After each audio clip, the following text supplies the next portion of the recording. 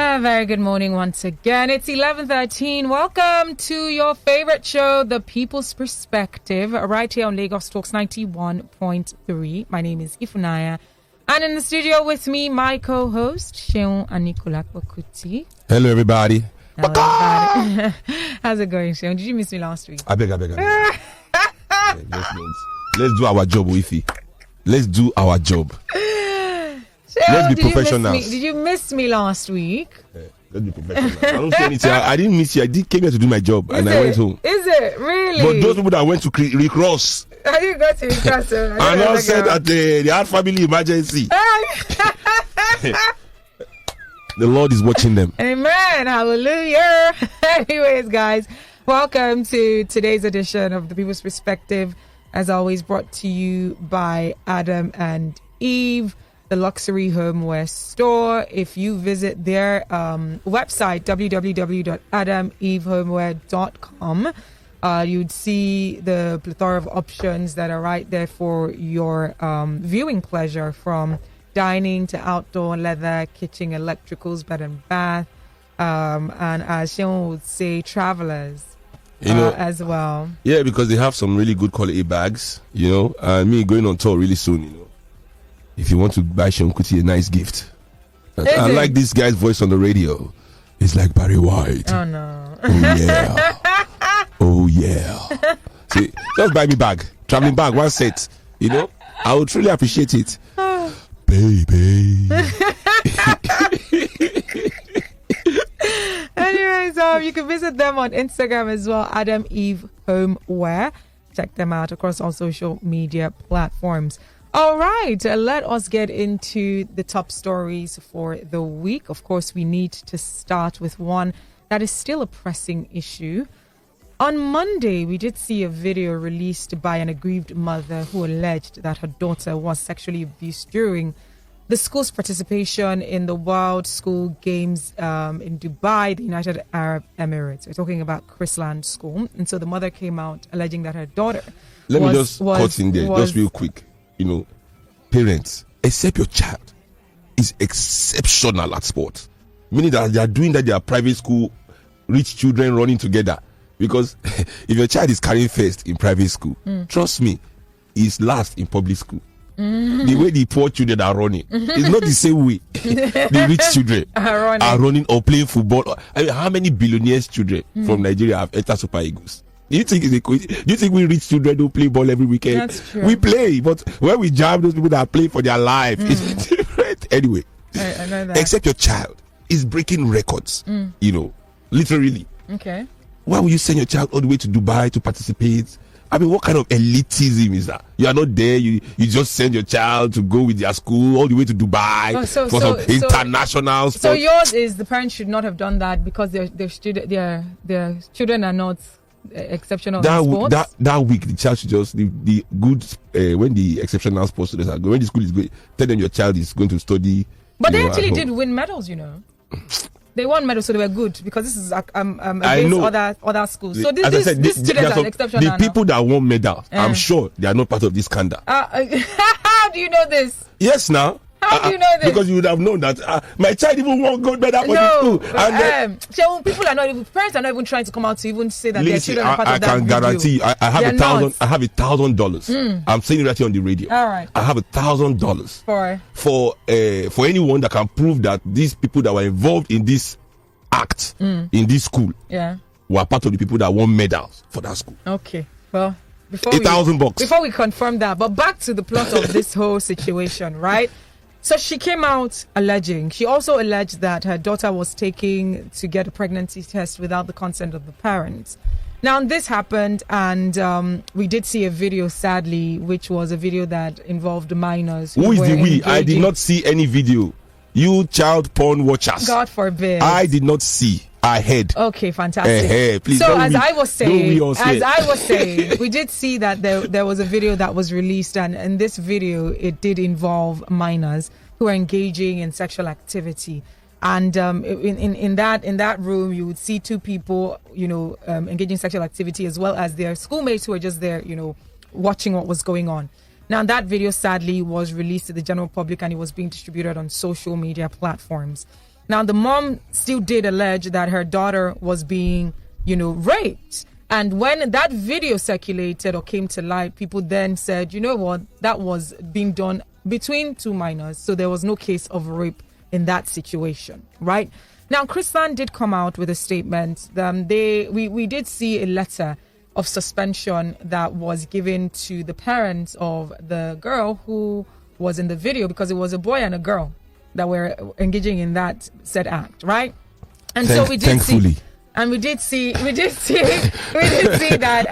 there was a letter that was released, and in that letter, it was a suspension letter. And see, what Chrisland said was that they had tried to reach out to the mother so that she as well can consent to the disciplinary action that the school had decided upon for the students that were involved, of which the parents of the other students had agreed upon.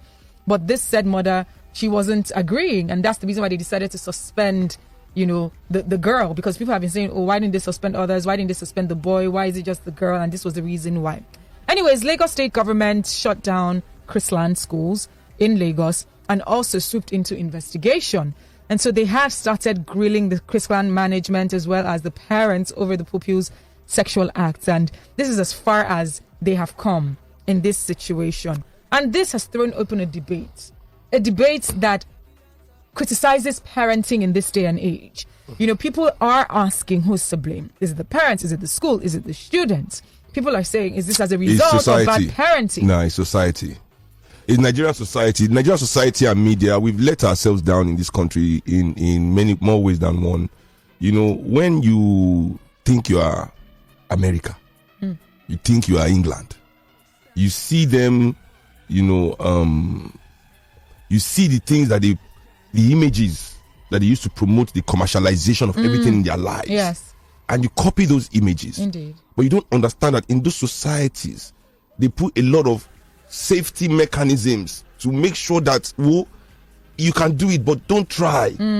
Because if you do, we will get you, and even for the children, you understand, lyrics are censored. You have to put the sign on the song. Exactly. And children are just not allowed anywhere near this kind of, but children being children in this day and age of the internet, they will still, but we copy too much to the extent that it's getting to our own destruction.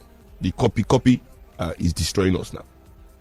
Some months ago, it was that some children were in gang and poisoned one other student because he refused to join cult in a high school. Yes. Same thing now again. Funny enough, my daughter was in Chrisland. Oh, okay. Yeah, but as I always tell people, I work directly with the ancestors. I'm on Ancestor Secret Service detail. Okay. These are the ASS. Yes, if you follow Bird's Eye View, you know all about the ASS. The Ancestor Secret Service. Okay. Yes, so they had given me since over to take your daughter out of Chrisland. It's true. I mean, this is, and I don't, once they give me the information, I don't second guess. Straight out of Chrisland. And before you people think it's because of the school fees, we went to an even more expensive school. Oh, fantastic. So don't worry. Wow. This is Ancestor Secret Service. I want Africans to, we have to go back. Be one with our ancestors. Get weekly messages like bulletin of the future. It's true. They don't have to tell you everything. How often do you get these bulletins? Weekly bulletins. All right. So is there a particular time and place? Let's know. Like how no. How are we rendezvousing? It is the ancestors. They are not busy. Okay. Like Jesus and Muhammad. What do you mean by that? Too many people. My Jesus is not busy. Have you been to an embassy before when they are putting those too many requests? It's not that he wants. It's not that he's busy. Too busy for you. My Jesus is big enough to. All of you are special to take to me. All those requests. Exactly. That's why he's busy. He has to answer not them. busy. No, he's not busy. Muhammad saved it, but you see the ancestors. Nobody is asking them what. Nobody is there. So we few that are there before we even ask. In fact, so my Ancestor Secret Service detail, all I have to do is I determine when I need. Okay. They are so free. That's You understand? So I took my daughter out of that school already because there was something, I don't want to go into that, but there's something I see in Lagos high society that I was already seeing in the school, and I knew it was not going to be anything but toxic for the children. Oh, wow. And so I pulled my kid out. But you also some people like that thing, but I just don't like that kind of unnecessary, as you say, afefe yeye. What does that mean? I don't know how to say it in English. I get but it. afefe yeye. But you also remember that this same school was embroiled in such a scandal. Yes, with the teacher. That's it. Listen, wait, let me finish. So you see this, our children. What is pushing them into violence? We are caught. We are gangsters. We are criminals, basically. What is making the girls over sexualized? Yeah. You know, what's going on? Yeah. You know, we find out that they are trying to be cool. We as a society, we have misdefined cool to our children. Yeah. What is going on in Nigeria now is peer pressure. Yeah. Take away don't blame parents, especially with the kind of country we live in, and they are putting listen, that I'm sure no parents say their child to go to school and have sex. You understand? So let us all just get off our high horse first, take deep breaths. The school, yes, they are doing their best too, but what is cool is what drives children. All children want to be cool, and if you are telling children, and this is where the media comes in, if media has been promoting those people that showcase a criminal lifestyle, showcase over-sexual, hyper-sexualized lifestyle, and you promote those people as the role models to these young people, what do you want them to do? You don't want young people to be cool. Peer pressure. See, when I was a kid, whether you want to, Friedrich Nietzsche said it all. Nietzsche said the greatest tragedy of man is that he was once a child. Wow. He had to be a child to be then become. And it's because right now we want to start acting like we were not children before, and we didn't know that it's everything your parents didn't like that was cool. And to be cool, you have to participate one way or the other. Sometimes to the detriment of your nyash when you got home. The strokes that your parents will unleash, and you go out the day you will say the truth, just to continue living your cool life, you know. So we are the ones letting our children down. What happened to the boy is statutory rape. What happened to the girl is statutory rape, as they all say. Whether it's kids performing it, they don't know what they don't really understand. You know, I mean, what does a 10-year-old and 13-year-old understand about sex, other than they want to just be moving their body and be feeling some sensation? They don't understand the connection. You see, and we are losing what it means to be African, because you see, this is why in Africa, boys and girls had what was called the rite of passage. A boy had to go through certain things to be a man. A girl had to go through certain things to be a woman. Among those things was him understanding what it meant to meet with a woman. How to treat that woman. What do you think that African women could go around half naked for centuries and not? We did not have a epidemic. We didn't have a word for rape in our languages. It is the rite of passage. People actually grew up. You didn't just grow up and say because you've lived long, you have grown up. You have to earn the right to be an adult. You have to earn the right to do any single thing in society, because nothing is just like that. But we are living our life like it's just like that. It will fix itself. Because we want to make money, we are putting negative images constantly in the faces of our children. We are teaching them how to be cool in toxicity. You understand? And then when we now see the reflection of ourselves in their action, we start complaining. We start blaming everybody. But what we should blame? We need to stop this, because I've said it one time. BBC Two came to me after that whole cultism in secondary school, trying to pin some Nigerian artists as I don't want to name the name of the artists, you know, but they wanted to pin them that these people have been promoting this cult image. But yes. But who picked those people as role models? Who plays their music 25 times a day? What is a day? Sorry, 25 times per hour on the radio. Who does that? Is it them that do it, or you, the media? They are not coming here to want to just absorb yourself of the blame and put it on the artist's head. No, you are the ones that, whether you like it or not, a decision is made in Nigeria in the high echelons of the board meetings of this entertainment media, especially the media. And not only the media.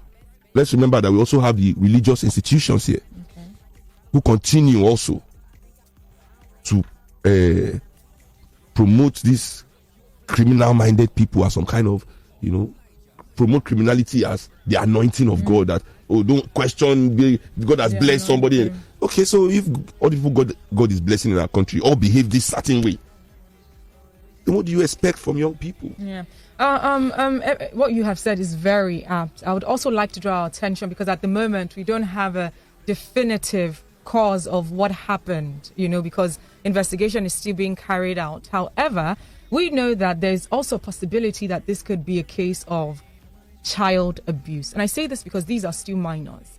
And child abuse is not just limited to physical abuse. It's not just limited to, in terms of sexual abuse, it's not just limited to there being an adult, carrying out inappropriate acts with children. Part of abuse is also neglect. And we also have to identify that there's a possibility that neglect could have played a role in that. And underneath neglect, you have lack of supervision, right? Because the truth is, from 0 to 6 is your formative years. For some people, they say 0 to 10. That after the age 10, a child begins to give you every single thing that you have fed them as a society, as a parent, as teachers, or whatever the case might be. There's a possibility that this could also have been as a result of neglect, where this young girl, having access to social media, having access to all this content, like you mentioned, that is over-sexualized, not being able to get the supervision that she needs from her parents, from teachers, from the adults in her life, or in his life as well. Because like we know, this act was being done by both boy and girl. And so this could also have been a result of child abuse in terms of neglect, in terms of lack of supervision. Yes, we know that it's cool to have a phone. We know that, a lot of children around the world have access to TikTok, have access to these different platforms. People are making child stars out of these different, children who happen to be good with tech or happen to be good with making content or whatever the case might be. But where do you draw the line as a parent?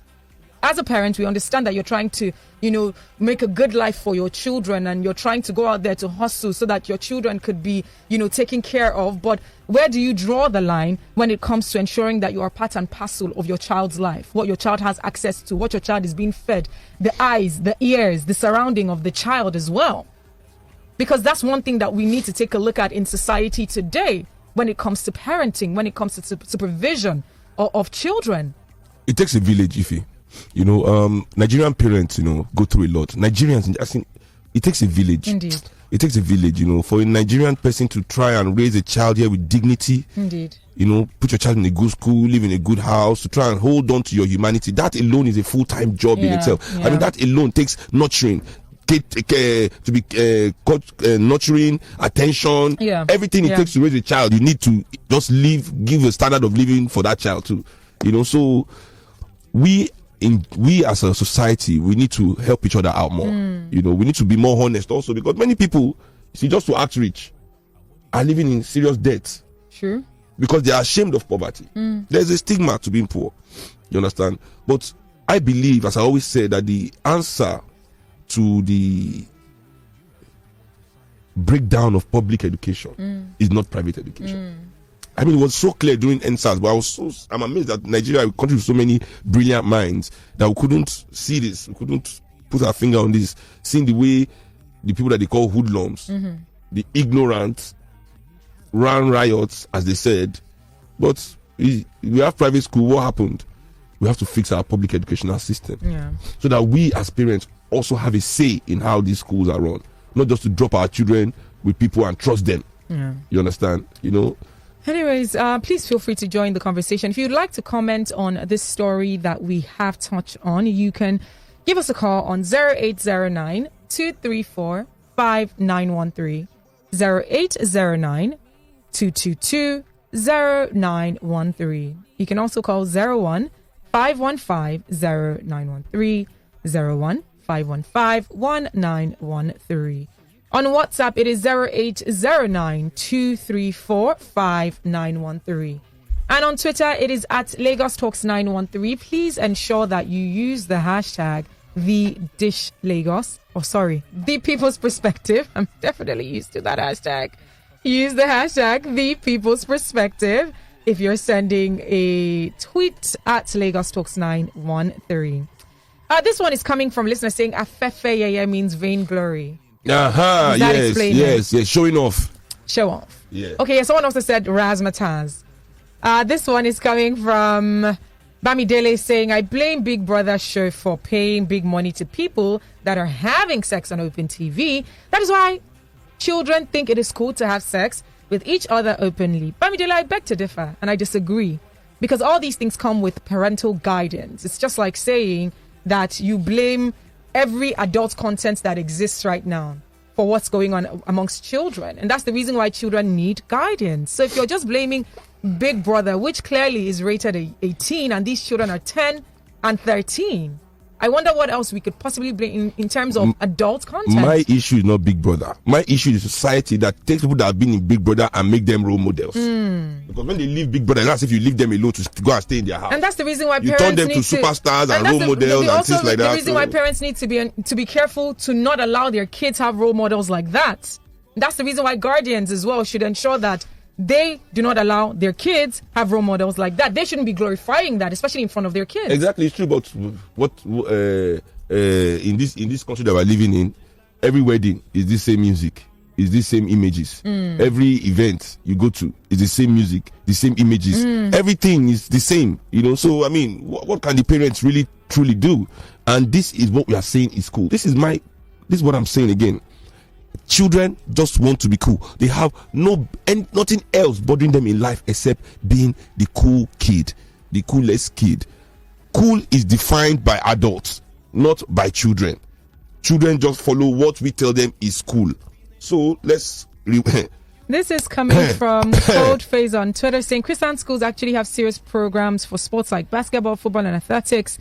And I even heard they even have scholarship for indigent students with talent in sports, although I haven't verified. Those are the ones that won the medal. And then he said, no, that's not true. It's not true. I don't believe. And then he said, I don't think I'll tell you, and they he run said different. The Christian school scandal shouldn't be treated in isolation because we have a huge sex problem in Nigeria. At least telcos, Google, and all these other websites have been telling us these things in the past 5 years. If you open your bag, if I don't go see Odogu bitters. My bag? Open your bag. You will never. There's Odogu bitters inside. Never. I had to post something like 3 days ago. I never see that in my bag. Is it only sex herb that is in the forest? Because I mean, not even painkiller. We have not even bottled painkiller herb. There's more than 500 brands of sex herb in Nigeria. I mean, that just, and you are complaining that children are doing something. When you come home as a child, look at your father's back pocket. There's alomo bitters. Never. No, not you. I said it just hypothetically speaking. Hypothetically speaking. There are some children in Nigeria, they come home and you see your father sipping on alomo bitters, action bitters. But the thing is, the quote unquote, those bitters, are they just directed towards? Yes, now. That only that. Don't you see the adverts? I don't see the adverts. My sister, I don't know. Because you have 2 Odogu bitters inside your bag. Ladies and gentlemen, if you have to open that bag, let me just tell you my guys. bag is not even here. But you already know where my bag is, Sheon. Inside that office. Go and open it and you see. No, I don't want to see inside the bag. I'll be heartbroken. That you used the Odogu bitters and you didn't call me. That's terrible. First of all, I don't even know what that is. Secondly, I'm confused. We are leaving the people's perspective. If you come back to the show. But I don't know what that bitters is now. Is it that it's teaching me all these things? Anyways, guys, we're going to be moving on to the next topic that we have for today. But before that, remember that the People's Perspective is brought to you by Adam and Eve, the luxury homeware store. We're going to take a very quick break. Right after that, let's get into the pardons that we have been talking about in the news lately. Stick around. All right, welcome back. It's 11:41. It is still your favorite show, The People's Perspective, brought to you by Adam and Eve, the luxury homeware store. And their vision is to inspire luxury living defined by comfort, elegance, and creativity. And they say that they do this by providing luxury lifestyle products with excellent and expert retail service in an inspiring space. And like Sheon says, the feng shui. Yeah, feng shui your life. Bring balance. Bring balance, indeed. Okay, so we've been seeing in the news that the president at the Council of State meeting on the 14th of April granted pardons under the prerogative of mercy to Joshua Dari of Plateau State and Jolly Nyame of Taraba State, both serving various jail terms for misappropriation of funds. Now, this move, of course, has attracted very harsh criticism from Nigerians nationwide, with many saying that the president has officially pulled out of the anti-corruption fight. We know that the presidency in Abuja said that this pardon was granted to 162 inmates, which of course includes the former governors of Plateau and Taraba as we don't care about the remaining 159. The statement that was released is it was titled "Darie Nyame Pardon in line with Constitution will not derail anti-corruption war by President Buhari," and it read in part, and I quote, "The presidency wishes to throw light on the recent note presented to the Council of State on the report of the Presidential Advisory Committee on the Prerogative of Mercy as a culmination of a process begun by convicts and others concerned in line with the Constitution." Wow. It explained that Sections 175(1) of the Constitution of the Federal Republic of Nigeria 1999 as amended enjoins the President to exercise his constitutional powers to grant any person concerned with or convicted of any offense created by an act of the National Assembly a pardon, either free or subject to lawful conditions, to grant respite either for an indefinite or a specified period of the execution of any punishment imposed on that person for such an offense. And it reads a whole lot more. Now, we know that, like I mentioned, this has attracted a lot of criticism because on one hand, they're saying that the Buhari government came in with the mantra that they're going to fight corruption, of which we have not necessarily seen any progress towards. And on the other hand, they are pardoning these once governors who clearly went to jail for misappropriation of funds. So, Seun, I'm sure you have a whole lot to say about this. No, I mean, I'm not even surprised, that he's willing to. It's election time. Some of the money these men are sitting on will be needed. Their political thugs, in their constituents will be needed. Their influence, to play these politics that they play. Is why they are, like two generals locked up. So you need them back on the chessboard. Interesting. But I really wonder, what jail were they serving jail time? I think they were both in Kuje. Okay. It will not be Abuja, they will put them. Better prison. And can anyone actually be sure confirm that they were in there? I don't like going that way because we can't prove it. Yeah, no, I'm just saying. I was like, can anyone confirm that? Any that would tweets, definitely any pictures for on Instagram? I just went to greet my dad today. Hey, live in Kuje. I don't know, but what I know for a fact here is Dasuki has been in prison since Buhari became president. I mean, maybe give or take some few months. And you know how many courts have actually asked the president to release this man, that there's no charge, there's no evidence. But because of his personal vendetta with Dasuki, because Dasuki was the one that arrested him out of office in 1986, this man has absolutely refused to listen to the courts of this country. ECOWAS courts don't talk. Federal High Courts don't talk. High Courts don't. Deaf ear. Dasuki is still in jail. Now, two men that have offended millions of Nigerian people, that have stolen our commonwealth, that has killed, these people have killed people, because you cannot tell them that you misappropriate fund for anything that did not lead to or avoidable death. The problem I have in this country is that the amount of avoidable deaths Nigerians still have to die. Yes. And this is the highest contributor to that phenomena. Misappropriation of funds by powerful people. And that doesn't affect Buhari. Exactly. No matter the funds that Darie or what's the other one's name? Nyame misappropriate, Buhari and his children's life can never be affected or affected in any way by that.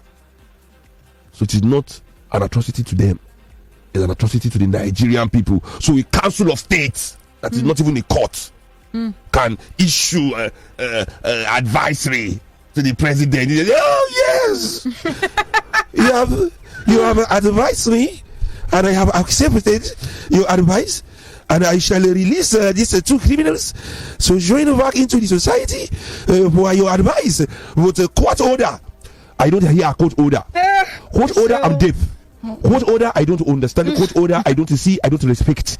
What are your advisor from the council of state of fellow criminals like myself? Who are the people in this council of state? Why didn't they name their name, so that we can, at least for historical purposes, at least know their own contribution to this. Let's be naming these people, even if we cannot do anything to them. Let's name them so that we can write their name down for posterity. Let everybody know the roles they are playing in this country. No, it's true, because obviously nobody cares about who is destroying this country. Nobody cares. I still posted yesterday that you have one passport, one nationality. You are supporting somebody that has two passports to destroy Nigeria. You know, say your own mumu, he run laps for Dubai or high school games. Oh, sure. It's true. Oh, my goodness. But Sean, you see what really bothers me the most is yesterday I did report on a story, and this happened in Ondo, and this was an Ondo Magistrates Court ruling. And this was towards a 35-year-old man who was caught stealing palm oil that was worth 20,000 naira. And he was sentenced to 6 years He's in going to jail. 6 years in imprisonment. You steal palm oil? And just juxtaposing it with how, members of political office who have been found guilty or who are clearly guilty of embezzlement or fraudulent activities. The same bastard thugs in Oshodi that will hail Oluomo and carry Tinubu up and down the place are the same people that will burn somebody for stealing 20 naira in that same Oshodi. Don't you understand these people? What sense and mentality? This is the image. So president now, then our children will not be aspiring towards some kind of criminality. You start blaming the school. You start blaming the parents. When we know everything is about reward and incentive in this world. Our children are not crazy. They are not stupid. They see what we as a society reward. They see the kind of people that we give endorsements, the kind of people on the billboards, the kind of people that the corporations embrace, the kind of people that are made in this country. Because nobody really makes it in this country. People are made here. Nobody can tell me anything. 95% of success stories here was given. It was given. Yeah, you can look at any story. It was given. Only a few people in this country actually work to make something of themselves. Very few. Very, very few. And the children see these things. They see it. So they understand it. They understand it. So anyway, all right. Should we take some calls? We're not taking any calls today. Please feel free to join the conversation. What are your thoughts about these stories that we've shared? 0809 for this last 10 minutes, let's let the people talk. 2345913, 0809 222 0913, 01515 0913, 01515 1913.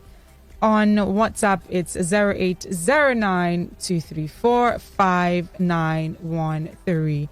And if you want to send a tweet, it's at Lagos Talks 913 using the hashtag The People's Perspective. This is coming from a listener saying, I attended a 1-year-old birthday party earlier this year where they had a dance competition. It was shocking to see the kind of sexually provocative dance moves that these kids were pulling, and their parents kept cheering them. It is appalling. Children below the teenage bracket were singing these songs word for word like they were in the studio with the artist. This is from a listener saying, hi, Ify and Big Bird. Please, what happened in the advent of cane in schools? We as a society have sped the rod enough. Then it was the community that builds a child now. And if the community criticizes the child, the parents would raise their fangs. To be honest, we are all to be blamed for this issue. Flogging is not the answer. It is not. I feel like that's that's lazy parenting. And we've all been flogged here now. But did he make us a better people? That's a good example. This is coming from Mark saying, my view is that this girl seems so experienced, meaning that wasn't her first time. Ola is saying, I really enjoyed your analysis. We've thrown away everything that belongs to Africa, our systems that work for us, our region and child upbringing. Now we are trying to be cool. The Big Bird's only problem is that he too sabi.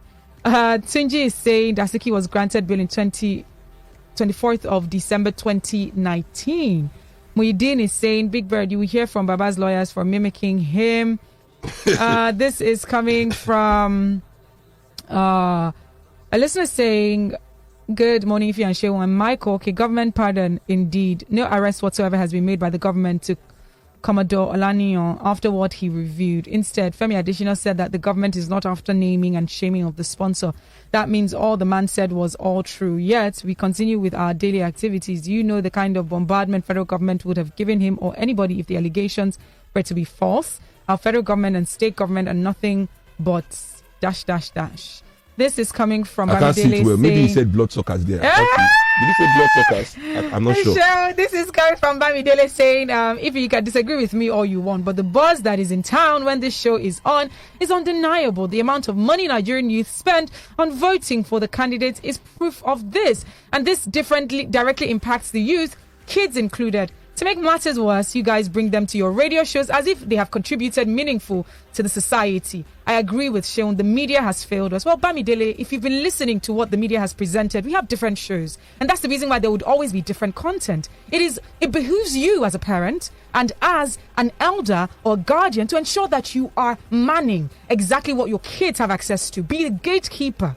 Okay, we understand that. Yes, indeed. And I do agree. It is a societal, should I say, responsibility. However, there would always be content for adults. That is something that is going to be never ending. But what is the age restriction? And what are you doing personally in your own sphere of influence to ensure that the age restrictions are being adhered to? If you're trying to shut down content that is for adults, because adult content is adult content. Just my problem is not this music or images or anything. My problem is the fact that it is all we have. If Nigerian people also had some kind of show that young people go in the house to try and solve Nigeria's problem, and there's also Big Brother, for me there's no problem. Then that's balance. The fact that we don't have this other side, it's like when they say black people are like crabs in the barrel. We are all pulling ourselves down. I always say, because we are not supposed to be in the barrel in the first place. The barrel is not the natural habitat of the crab. If you put the crabs on the beach, that is their natural habitat, they are helping each other get to the sea. The barrel is the problem here.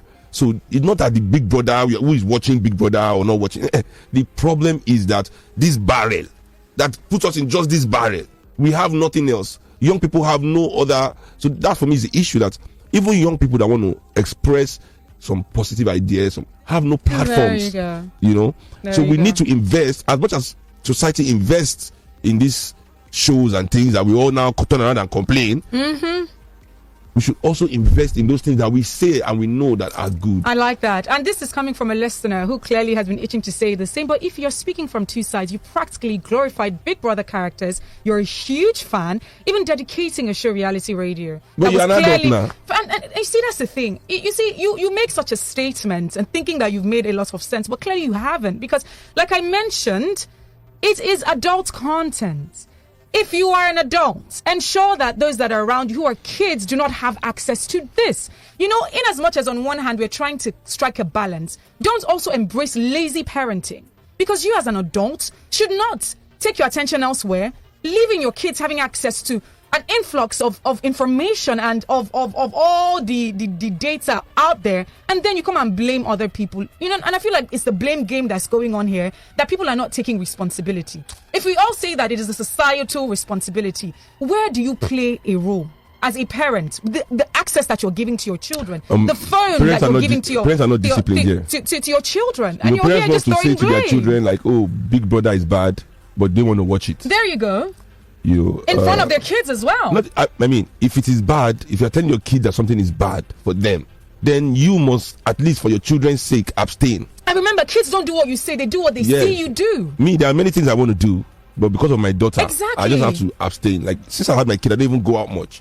I don't want my kids seeing me coming home drunk in the morning, and then I'll be the same person that is telling her, "Hey, don't be drinking," when she's a teenager. Nah, that's not going to work. I want to drink responsibly now that I have kids. I don't want them to see me coming home in the middle of the night except I have a show. So this is, for me, is the sacrifices we also have to make that many parents don't want to grow into.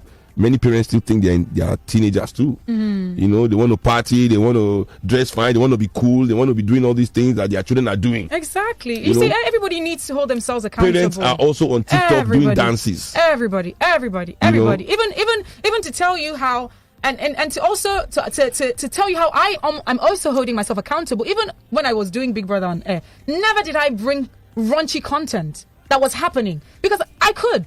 Do you understand? I'm an adult and it's my job. However, But however, maybe I'll start listening to the show. No, I'm holding myself accountable to ensure that whatever content that I am as well putting out there is a content that somewhat inspires and uplifts as well. I hold myself accountable. But this is me as an adult. You as an adult, what are you doing? How are you holding yourself accountable rather than just throwing blame, saying it's Big Brother? What are you doing in your community? Helping the little children out there to ensure that they're not being exposed to these things. If you can give us facts and data, we'll be here to commend you. So let's not all throw blame out there. Let's all take responsibility and accountability to the role that we play in society for the betterment of society. Yeah, I mean, in Nigeria, there's a serious hatred for accountability. I mean, not only in Big Brother and all this that we are saying now. Okay, look, for example, as we say on the show, how is Nigerian money laundered without the help of bankers? There you go. But if you tell your banker friend this one, he will feel attacked.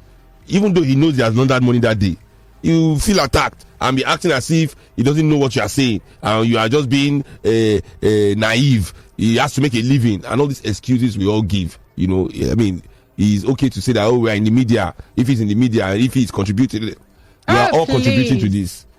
We must change. As in, it's a thing that we as a whole, not just saying. Exactly. We must change. Let's all come together and do it. Let's all come together. On one side, due to the whatever brainwashing we have, we are enjoying this toxicity, promoting this toxicity, actually claiming that this toxicity is the best thing that we have. Then we turn on the other side and complain when we see the repercussion. You can't, you can't pick and choose. We can't pick and choose. Let's all come together, and that's the thing that we've seen in when it comes to also politics as well and governance. The same people that came out talking about how we needed to do better in terms of the people we're voting into office. What was the voter turnout like the last elections? And remember, that came off the back of people constantly having conversations on social media, this and that. And then you wouldn't go out, you wouldn't vote, but you would stand and begin to criticize. What are you doing? How are you actively a part of making Nigeria a better place? As opposed to just standing here criticizing, what are you doing? We all must do better. I mean, that's what we have to take away from today's show. And also, we also must take away the fact that our president must obey court orders as he's obeying Council of State advice. I mean, this country now, the fear.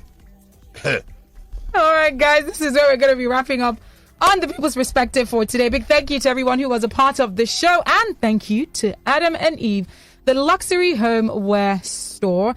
Like I did mention, they have said that their vision is to inspire luxury living defined by comfort, elegance, and creativity. And they do this, according to them, by providing luxury lifestyle products with excellent and expert retail service in an inspiring space. You can visit them at number 8 Isaac John Street in Ikeja, GRA, as well as their website, adamevehomeware.com. Big Bird, before saying goodbye, any words? Well, my Instagram handle is still Big Bird Kuti. We have a new YouTube page now, SEUN Kuti. Go and please subscribe to the page. We're on Twitter at Real SEUN Kuti, and Facebook SEUN Kuti as well. So yeah.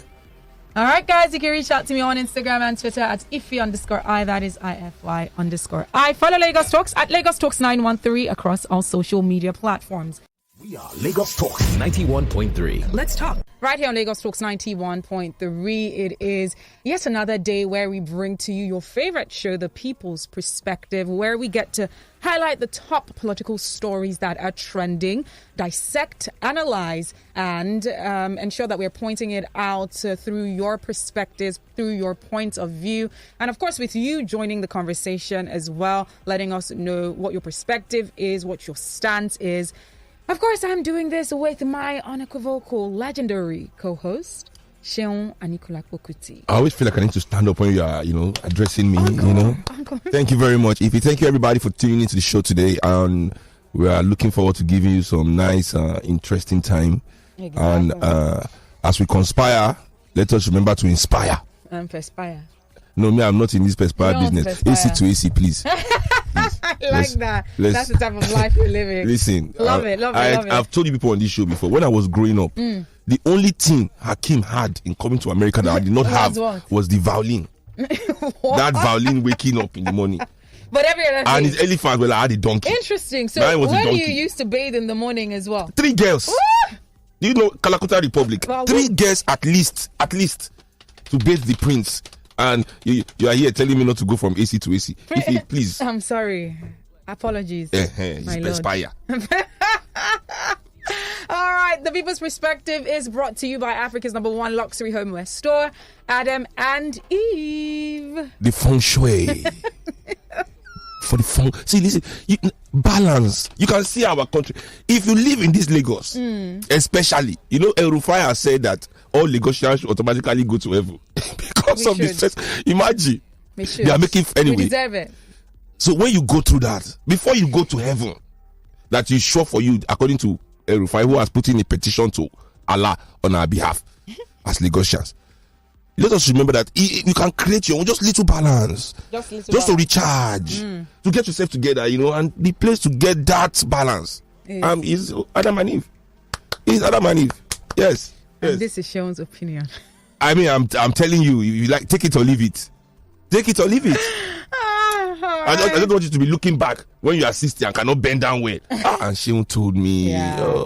Regret should never be the case. That's all. Fantastic. All right. You can visit Adam and Eve's website, which is adamevehomeware.com, and even on Instagram, Adam Eve Homeware. If you get on the website, you would see an array of options from dining to outdoor to kitchen, even leather. There is a category focused on leather goods, electricals, bed and bath, living, and the list goes on. Don't forget the travel bags. The travel bags as well. Travelholics like me, the bag section was very interesting too. Yes.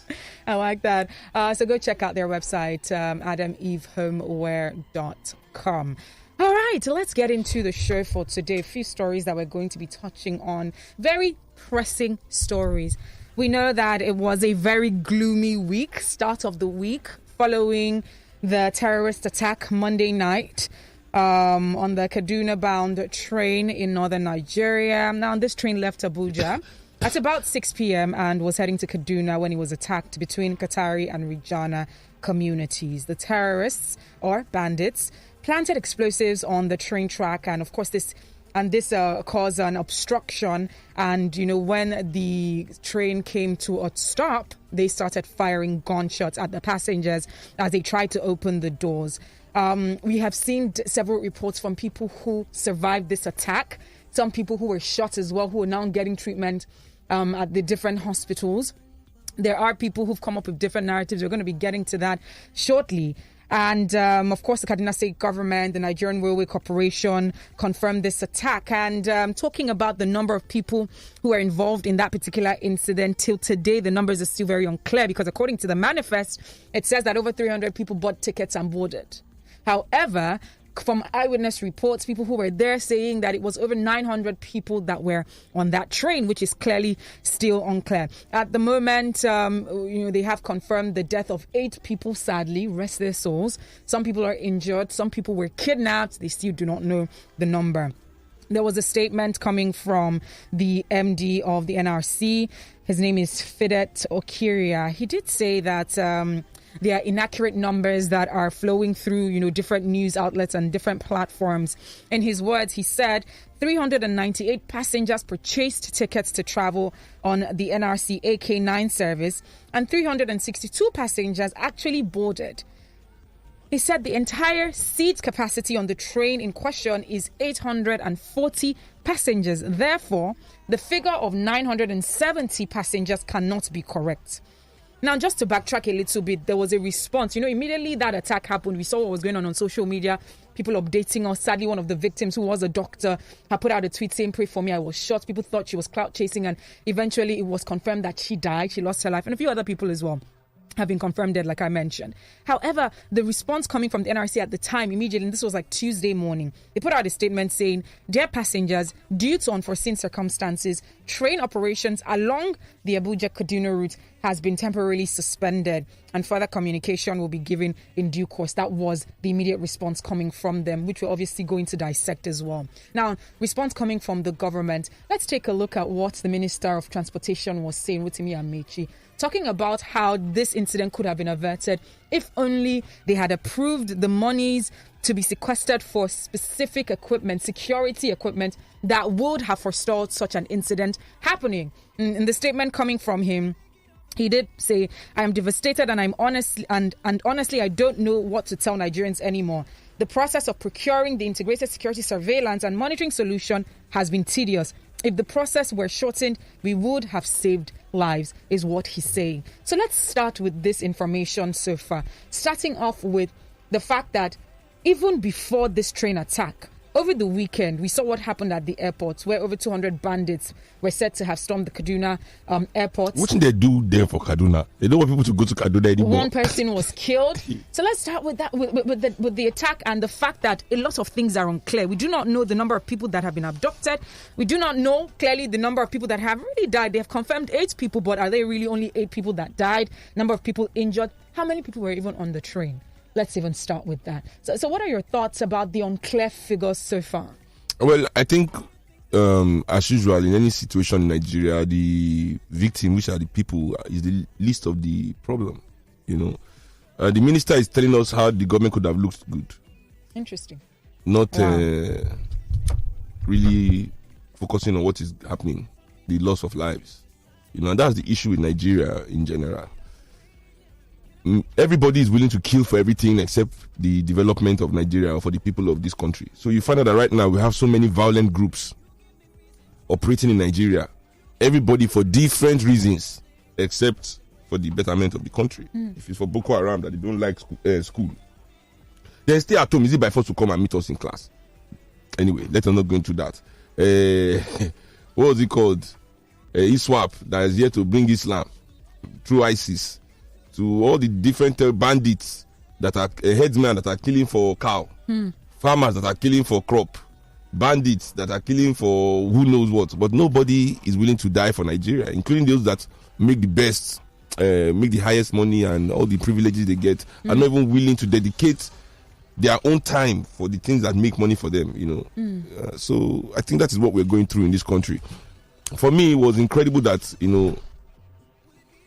the minister did not, first of all, look for everybody, every single human being, making sure everybody is accounted for. Are they all accounted for now? They're not all accounted for. Exactly, even up till now. I think our priority shouldn't be looking for who to blame, trying to open office quickly by telling us that there's 171.6 billion they should have given you. Wasn't that 3 billion? No, that's to repair.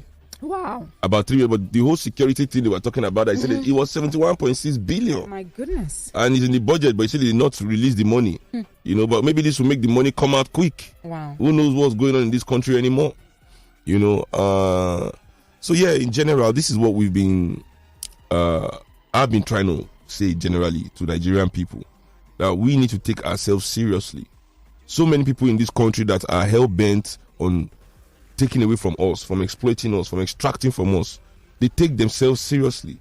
Nigerians cannot be less organized than their oppressors.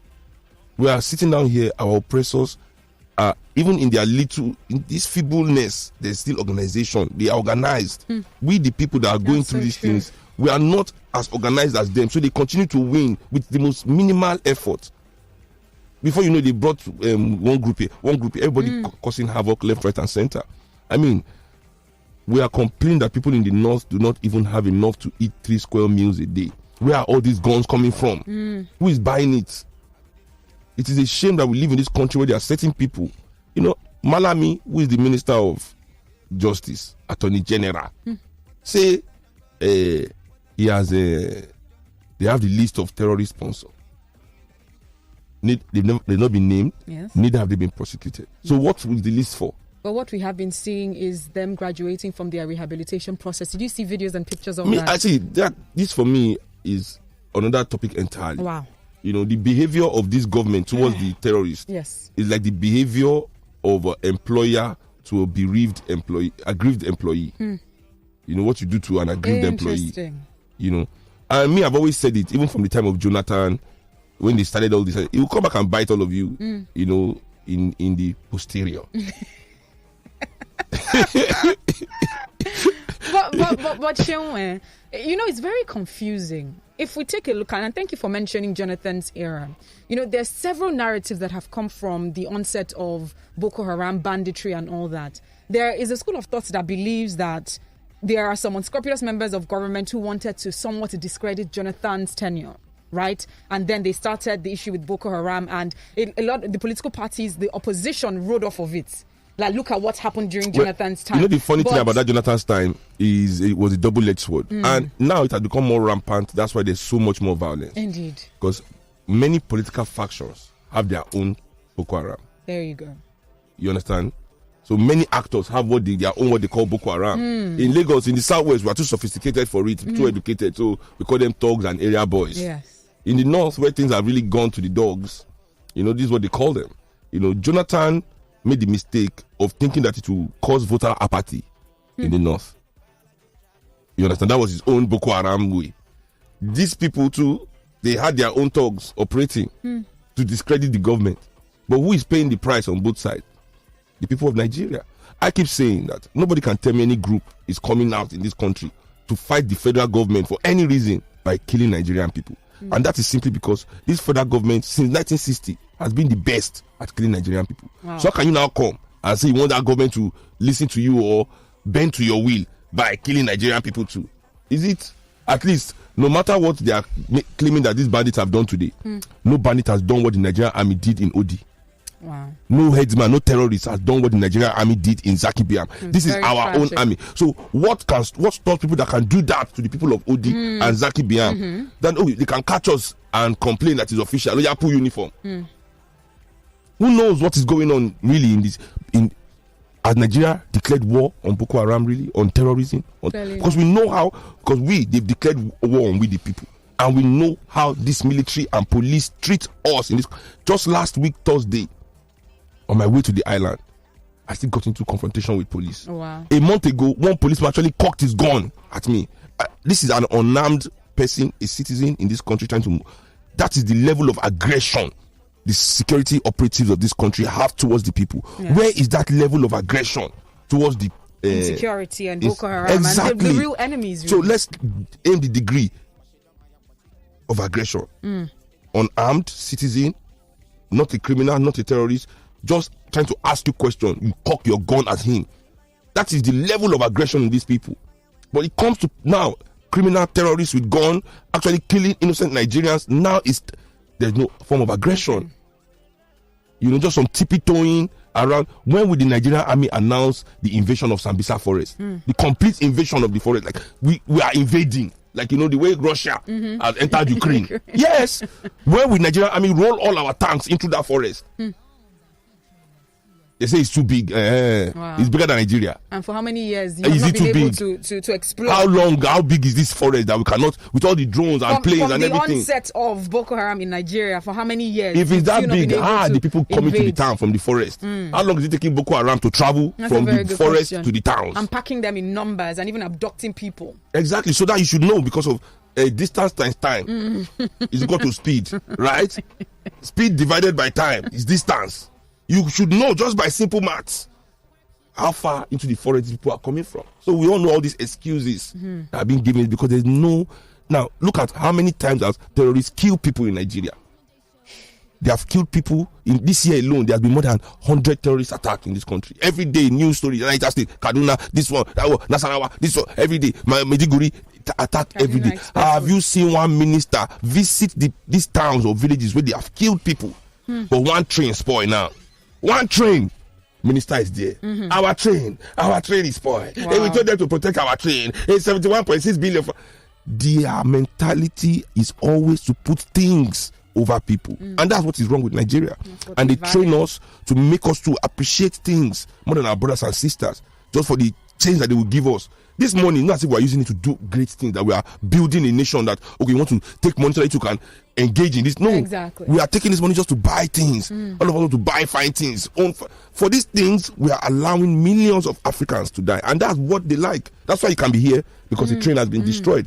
If these people were trekking, and the terrorists did exactly what they did now, and they were trekking on the road, he's the Minister of Transport. Road is part of transport too. Of course. All these things happening on the road network, Amechi is involved. You should take note. My roads are not safe. Never there. But they don't spoil the train. They have spoiled his train. Is there. Why would spoil my train? No, Sean, I think another thing that is very alarming, which we did mention or sort of touch on, is the incessant attacks on this particular area, Kaduna. Is there a possibility that there's a set of people or faction that is trying to make a statement? What does Kaduna symbolize? Why have there been these different attacks, particularly on that particular area? Is there any sort of power tussle that is going on? Is there any sort of symbolism that might carry? We know very well that maybe we don't know very well, but many people in Nigeria don't know that when there's terrorism in your country, you get what is known as military aid from America. Fantastic. America gives a lot of money to Nigeria to combat terrorism. They give a lot of money. EFCC, NDLEA. These are places. They're also sponsored by actually racist American think tanks. Come up with this apparatus that they put in our country to treat us anyhow. Anyway, that's aside. Now, we have to understand that some of these governors, the temptation is there to want there to be violence in their states so that they can tap into this military aid money. It's a lot of money. And if you are undergoing, so this thing is multifaceted. There's so much. Wow. I mean, Kaduna is Kaduna, right? And you can see El-Rufai today in his speech is saying exactly what I'm saying here. And he's saying it, but he's saying it in their own way. He says, maybe if he said the bandits are doing business, that's why the government is not attacking them. They are businessmen. He said because they're not doing like Nnamdi Kanu, who is talking secession. He said the bandits mentioned that they want to break away the North.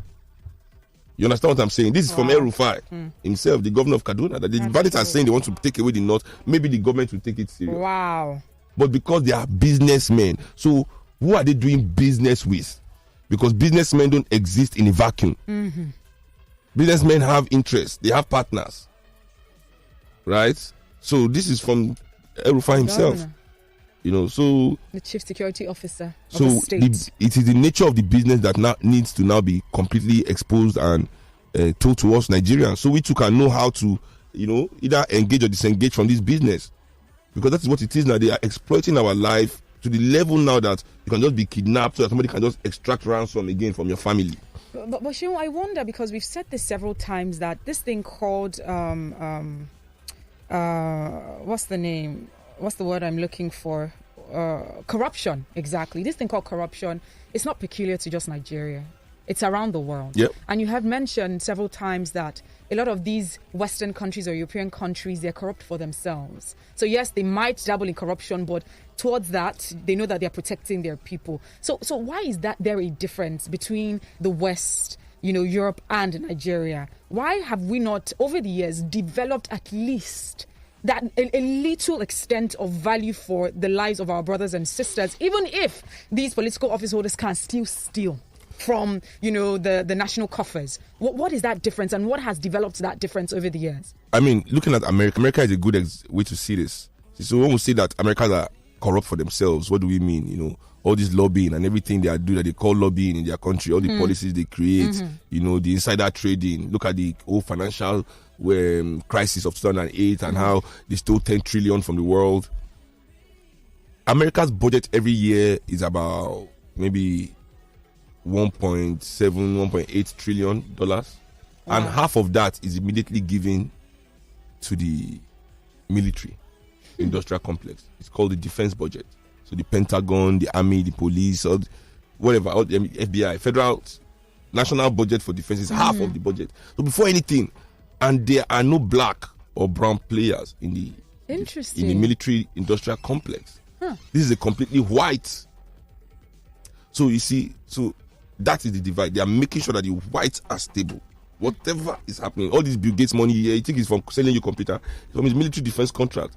Jeff Bezos' money is not from the fact that you buy something from Amazon, it's because the military uses Amazon for logistics, delivering of. This is where they all have their money coming from. That is what they are plugged into. You understand? So if you look at Nigeria in the same way, these people are also corrupt for themselves. But the problem is that they don't see themselves as part of us. They think they are white, and we are not their white people. That's interesting. So everything they want to do is things that the white people they are looking up to sees value in. So they want to be able to walk into the white room wearing the most expensive white clothes. Yes. Think that will bring them respect from the white people that are sitting there.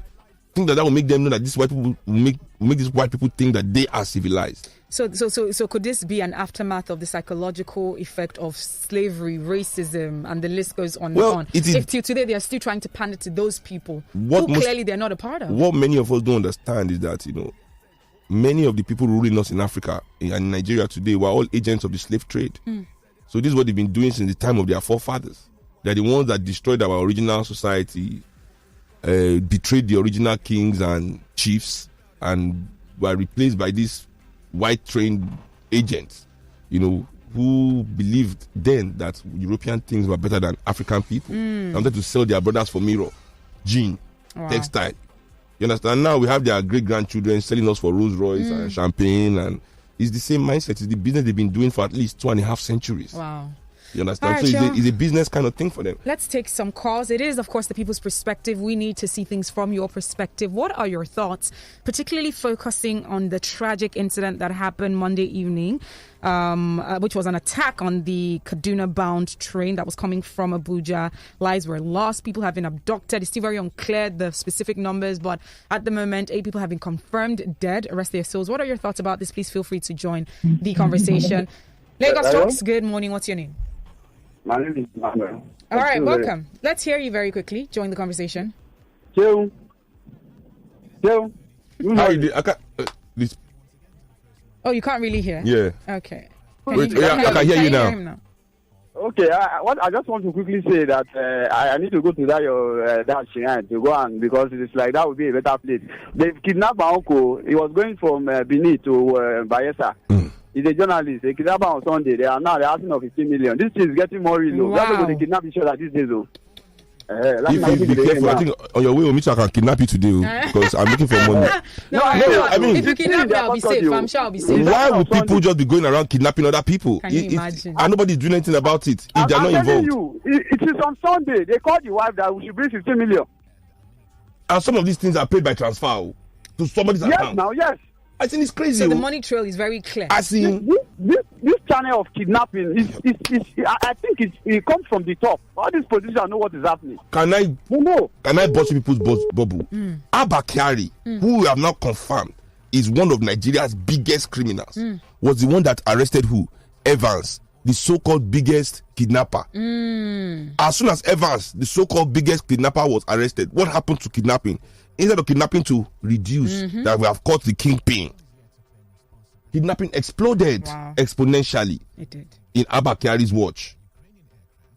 Wow. So let's Nigerians learn how to connect dots. So let's be remembering things. Lagos Talks. Good morning. What's your name? My name is AB. My first time calling here. All right. Welcome. Thank you so much for calling. Let's get your take. Okay. The truth is, like Cheryl said, Sambisa Forest has a parameter. It's not bigger than the whole of Nigeria. People come up with very simple technology for surveillance these days. In drones that can fly as much as 5-10 miles without having to recharge the battery. So the Super Tucano that we said we spent over $1 billion purchasing, as if that would have been the solution to the problem. How is it that the Super Tucano is not even doing anything?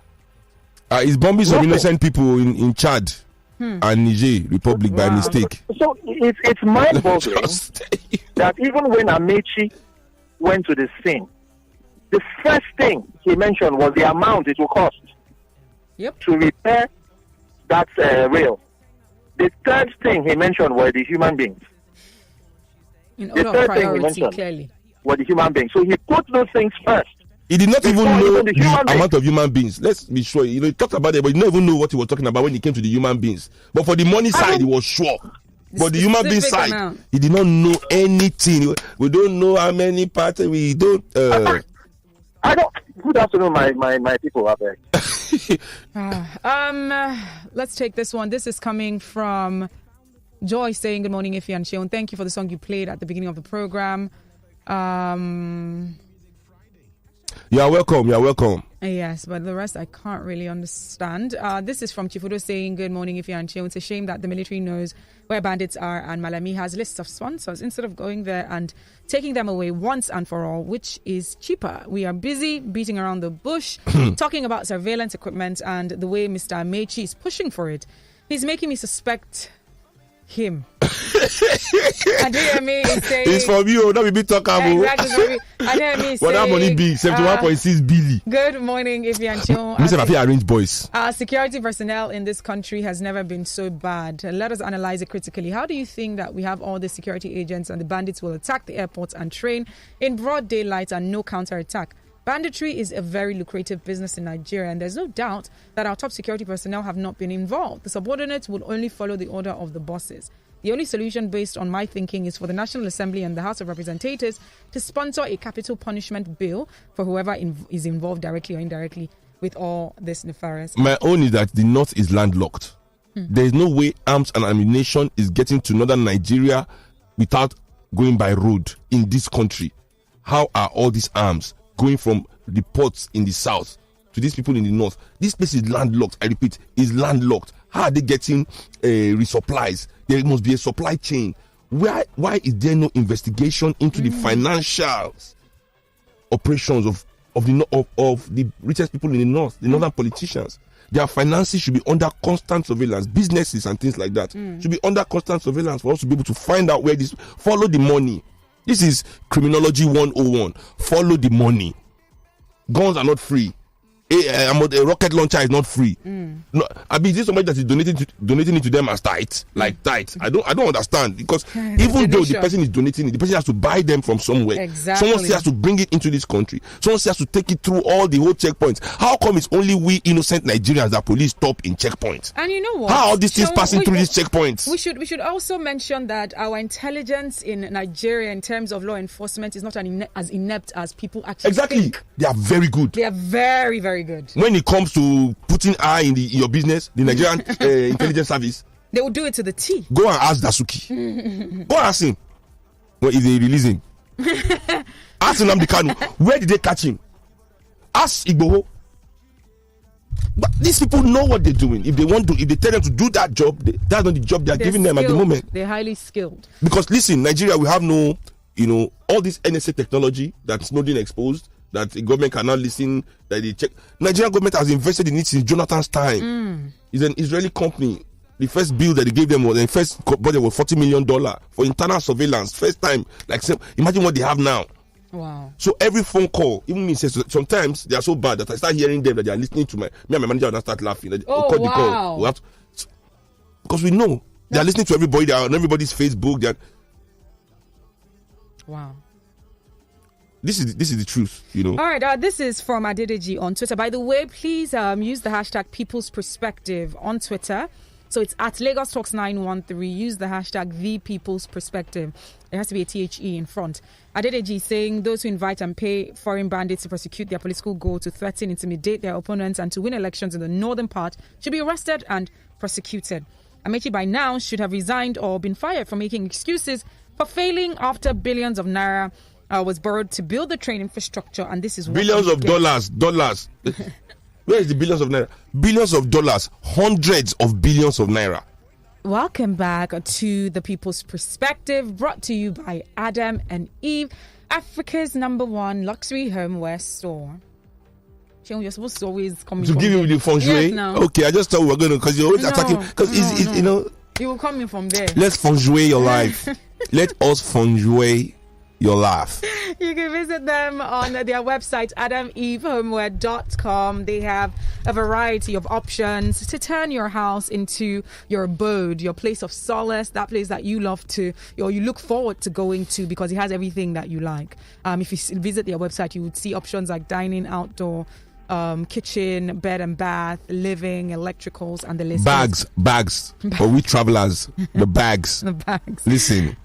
You can visit their. You can also visit their Instagram page if you'd like to, maybe reach out to them. It's at Adam Eve Homeware on Instagram. Yeah, just feed your eyes. Feed your eyes. Feast your eyes.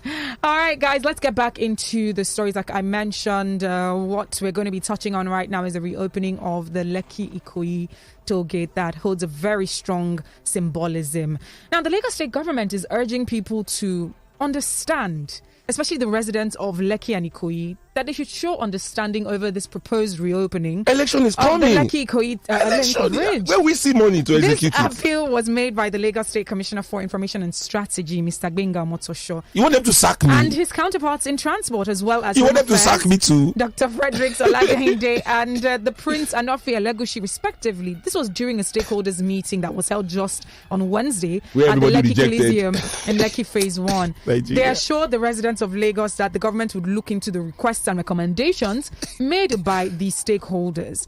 Now, the stakeholders meeting was held to engage key residents on the plan of LCC to reopen the Lekki-Ikoyi Link Bridge Toll Plaza, and it was attended by these key stakeholders that included the president of Lekki Estates Residents and Stakeholders Association, also human rights activists, pressmen, residents, amongst others.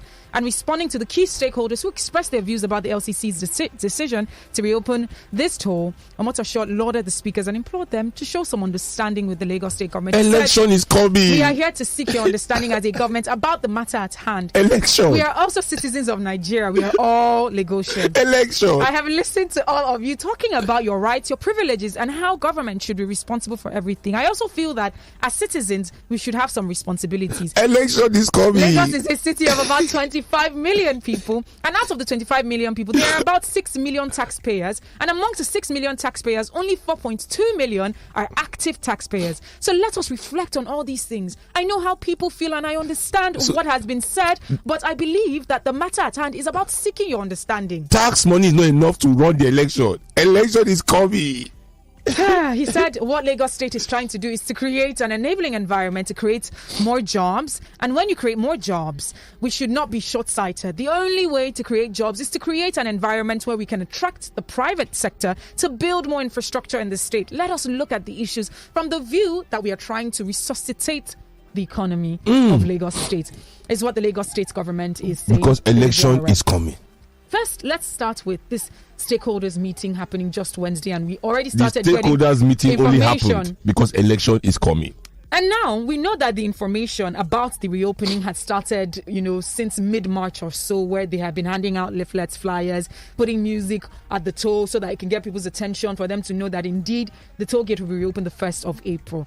Let's talk about this stakeholders meeting happening just days after, or before rather, the toll gate is supposed to reopen. And this is why, Nigeria is too elitist for me.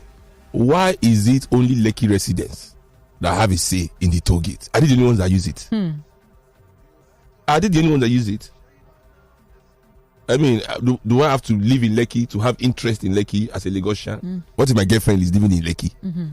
What if I'm divorced from my wife and my family lives in Lekki? And what about people who work in Lekki but they're coming all the way from other parts of Lagos? So when they say stakeholders, it's an elitist statement like let us big men discuss among ourselves on this election year how we can stop quarreling so that we can win this election again. Basically, that's what. Now, coming to work, I did see a heavy police presence at the toll. Yes, we saw several cars, police people on standby. And I wonder why there's no. You can never find such presence in Sambisa Forest. Interesting. That's the only thing we want. We want every presence like that always by the train stations, but in the airports, where Well, anyway, we will not have that. But what I want to say to young people is, as Nigerians, is that we have to understand that one of the main duties of the oppressors of Africa, one of their own game in this, one of their own job description in this global world, world of global white domination that they signed up for, that they are agents of, is not only to make our resources open to exploitation and extraction, but also to kill any kind of love we might have for Africa, so that African children will be willing to serve their oppressor. You understand that? So that we don't have any affinity to Africa, so that any one of us, the best of us, can be really easily snapped to come and strengthen, Europe and America. So when you see a government acting in such an insensitive way, as I said, I always used to say to people, like, we Africans must decide what one African life is worth. What is one African life worth? Is one African life worth the complete dismantling of the toll gate in Lekki? Is it worth that? More than that. Or 2 lives? Or is it 3 lives? So when you see a government trying to tell us why it is important to keep business going, even though there's no justice yet for those that are dead, you understand that it is because, to a certain extent, not just to show power here, but to create that lack of patriotism in the people. Wow. So let us say, oh, we are fed up of this country. Oh, we are tired of this country. I'm telling you, this is deliberate, because in the back of our mind, we realize that we are of no value. Wow. You understand?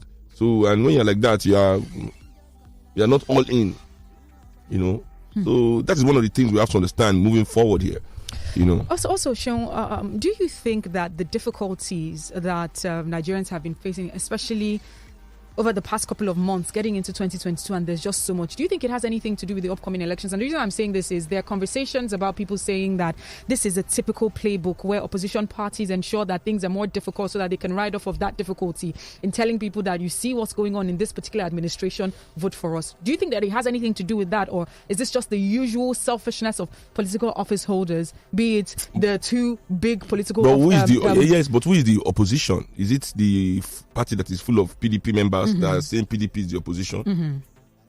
Nigerian politicians' children, right? This is a good example. They marry across divides all the time. PDP politician marry APC politician all the time, and these weddings they find a way to plan these weddings without fights. Nobody scatter the wedding, no hitch, no excuses of why opposition is sabotaging the wedding. These things go off without a hitch, and they share all the luxury items and gifts, and people get all the beautiful things that they get, right? So, but what we're saying here in Nigeria is these people now act as if when it comes to issues that concern Nigeria, that they cannot make the same concession. I cannot find common ground with APC or PDP. For me, it doesn't matter. What do you mean you are sabotaging APC when you are making Nigerians suffer? What is the meaning of that kind of sabotage?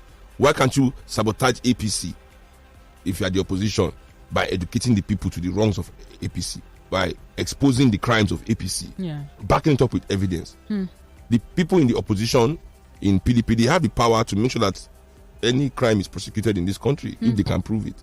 Open Nigerian people's eyes to the truth. What is going on with Boko Haram? What is going on with banditry? What is going on with headsmen? What is going on with our oil money in this country? If any party tells Nigerian people this truth, exposes these actions, paints the picture to Nigerians of how it's going to bring solution to those things that it has just mentioned, why would anybody be waiting for them to sabotage? We already know that Nigeria is hard. What sabotage? You see, this kind of punishing, this kind of ideas is why I say we as a people, we need to organize ourselves. We cannot allow this kind of people to be more organized than us and expect us to move forward one step. There's no problem with Nigeria. The problem with this country, the issues this country has, is that the good people don't organize. The so-called good people don't want to organize. We are willing to live under the illusion of action that is created by the oppressor without we organizing to create our own action. Now, Seun, is there a proper response that the Lagos state government or the federal government would have given that will lead to the people actually welcoming the toll gate back in open arms? What would that response have been? If there had been justice, if there had been justice, and the only way the people can get justice now is for the people themselves to take control of government. Organize themselves to create candidates for themselves that will represent the interest of the people. This interest, can now is the only way that toll gate can be redeemed. That it is now a toll gate that really belongs to the people. That certain amount of it, that the money from that toll gate is now going directly to the education of Nigerians. That the money for that toll gate is now going directly to the healthcare of Lagosians. That certain amount is set aside for at-risk youth from the poorer parts of the country. That money from that toll gate is set aside to educate youth. That families that lost people that day, money will be set aside from that toll gate to also take care of their descendants and things like that. That toll gate can be redeemed, but the problem is that it is run by oppressors, so they are not interested in its redemption. They are interested in using it for what it was put there for, oppressing Nigerian people, extracting more money from Nigerian people. All right, let's take some calls. Lagos Talks, good morning. What's your name? Yeah, hello. Good morning. What's your name? Good morning. Good morning. Nasike. All right, Nasike, let's hear you very quickly. Okay, good. All right, we lost that one. 0809 That's that technology I'm telling you about. 5913. 0809 222 0913. 01515 0913. 01515 Lagos Talks, good morning. What's your name? Hello. Hi, good morning. Good morning. What's your name, please? Okay, my name is Sam. I'm calling from Lekki here. All right. Sam from Lekki. This is our first caller from Lekki ever on the show. We've not had Lekki person. I'm telling you, Obalende is the island. I'm keeping tabs. I am keeping tabs. Welcome, my first Lekki caller. Talk to me. As a matter of fact, I live at Wole Olateju. If you come back from my house, you're going to see the bridge like this. Yes. So let me tell you the truth. Two things. One, the government are not sincere about this. We don't even know the back and forth of this contract of this toll, how many years it's supposed to last for. There is no public document that is visible that a common man can pick up and read and say, okay, from 2014 till maybe 2025, this thing will end. No. We're just there looking. That's one.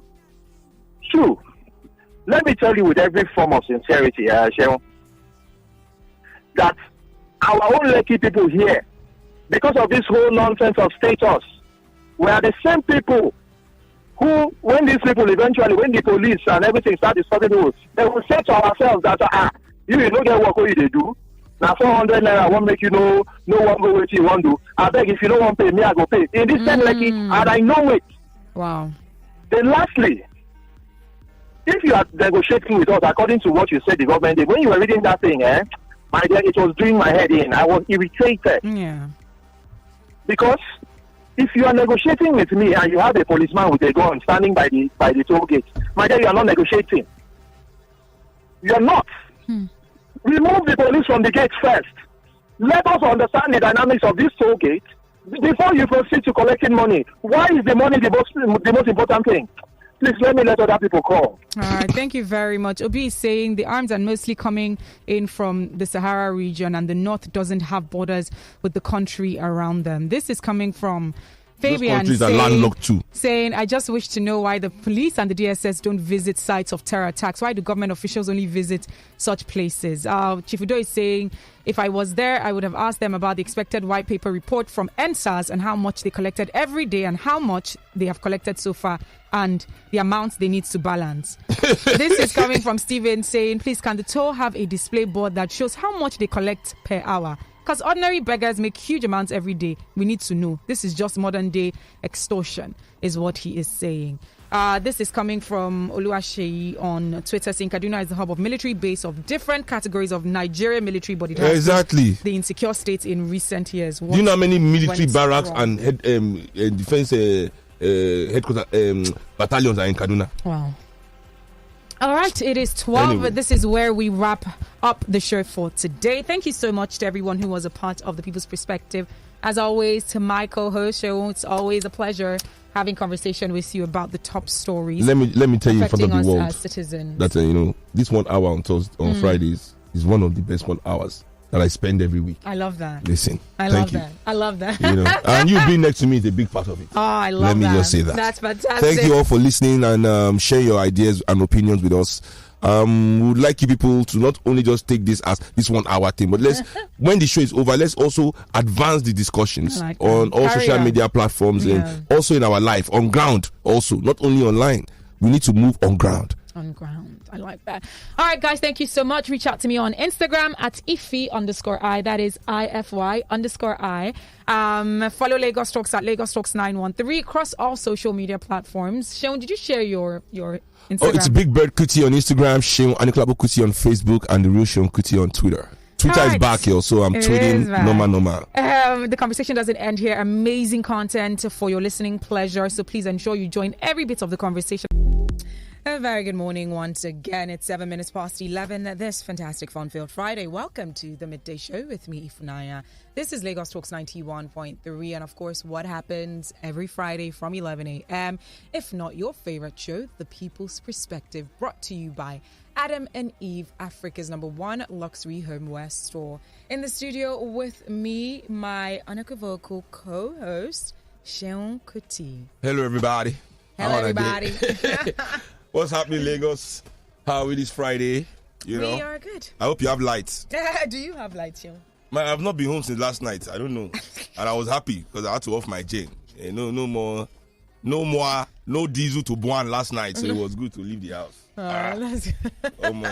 Yeah, it's been tough, but I think it's somewhat normalized in my area because it was so terrible. Last week was terrible. It was just so bad. And then amount of petrol that you're burning.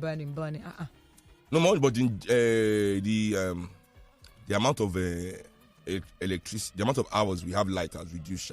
Exactly. We have light now. Last week there was but compared to obviously light. last week. Yeah. See, they brought it back. It's not the same. Not that we were happy before, but now we're even more unhappy. Sadly, we have to make do with what they are giving us, Abi. No, I mean, Nigerians shouldn't have to make do. At the moment. We shouldn't make do. I mean, we shouldn't make do, but we are African people. What is going on right now is this is the number of hours that we have in electricity, sadly. We must normalize demanding for the best. We should. For one reason and one reason only. Why? The people that serve us, we give them the best amenities. Fantastic. To serve us with. Okay. You want to try the president G-Wag? Wow. We can't. We cannot compete with that. Come on, fam. We cannot compete with that. You want to try that G-Wag? We cannot compete with that. Swag. The swagoo. Before President Buhari won the election, look at his cheeks. After the election, now, 7 years into president, go and look at his cheeks. There's a clear difference. We demand such cheeks. We the people. We the people also demand that our cheeks be rosy. We just demand that our cheeks be rosy. Yeah, we do. I mean, is that too much? It's not too much. Africans must normalize this. It is our right. Because they make it seem as if we ask for too much. No. To ask for the best. No. Just rosy cheeks. We are looking up to the people that if it's happening like that through our commonwealth, let it trickle down. We don't want trickle down. Let it spread. Let it spread. That trickle down is what we are experiencing. Okay. And they choose to let it trickle by drops. No, we don't want trickle. Let it spread. SEUN has spoken. Yeah, the people. So we must mobilize to ensure that our cheeks are rosy. I'm the pro-tem chairman of the movement of the people. Indeed. So when I make political statements, this is the people. The people are speaking. And this is the people's perspective. I mean. So why not? It all aligns. Any Nigerian that doesn't want his or her cheek to be rosied, raise up your hand. I can see you. Don't think I can't see you. All right, guys. Welcome to the People's Perspective, brought to you by Africa's #1 luxury homeware store, Adam and Eve. SEUN thankfully is here today, so he could add, the extra bits. So Adam and Eve. Yeah, the feng shui to feng shui your life. Wow. For those of you that don't know what feng shui means, it is balance, that serenity. So that your brain will be doing, I don't know, you'll be doing, like computer. Instead of like more low, it will be doing like computer. Instead of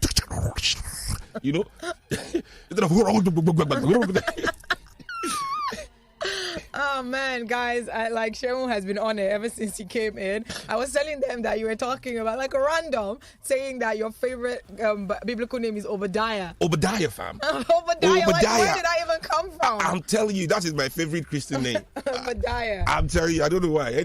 Obadiah. That is interesting. That's so interesting. Anyways, guys, you can visit Adam and Eve on via their website or via their Instagram. On Instagram is Adam Eve Homeware, and their website is adamevehomeware.com. And if you want to just take a look at what they have available from the comfort of your home, you'd visit their website and you see categories like outdoor, dining, you'd see kitchen, you see electricals, bed and bath, and the list goes on. And you can feast your eyes to all the things that are on that website. So go check it out. Like I always say, if you want to turn your house into that cozy home, that abode that you're always looking forward to getting back to, visit Adam and Eve. And it's on the mainland. Yeah, it is on the mainland. Yes. Number 8. At least you on the island don't have that.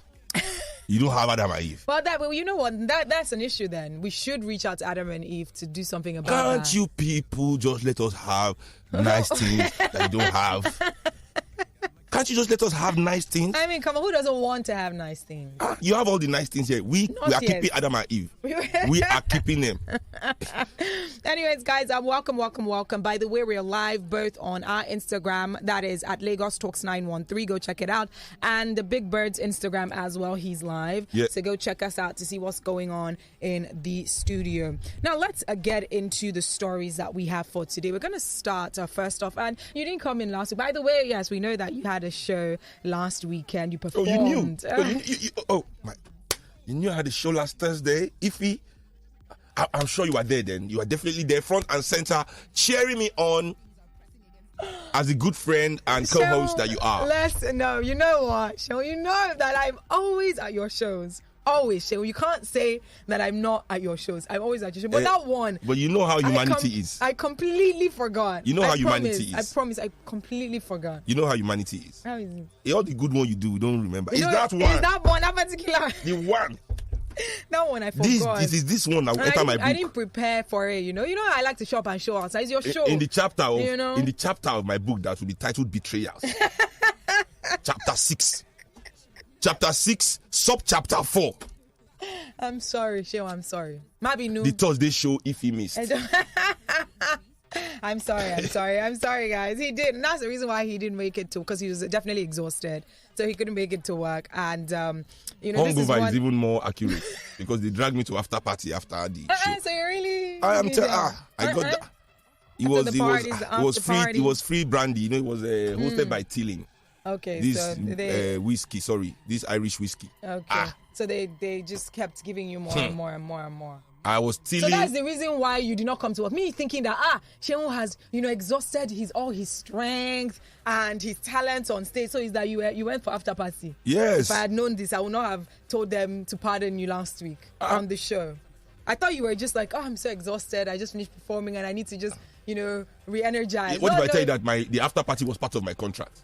I had to show up. I was working. Okay, you see, that's understandable. Because it was working. Okay. All right, then. All right.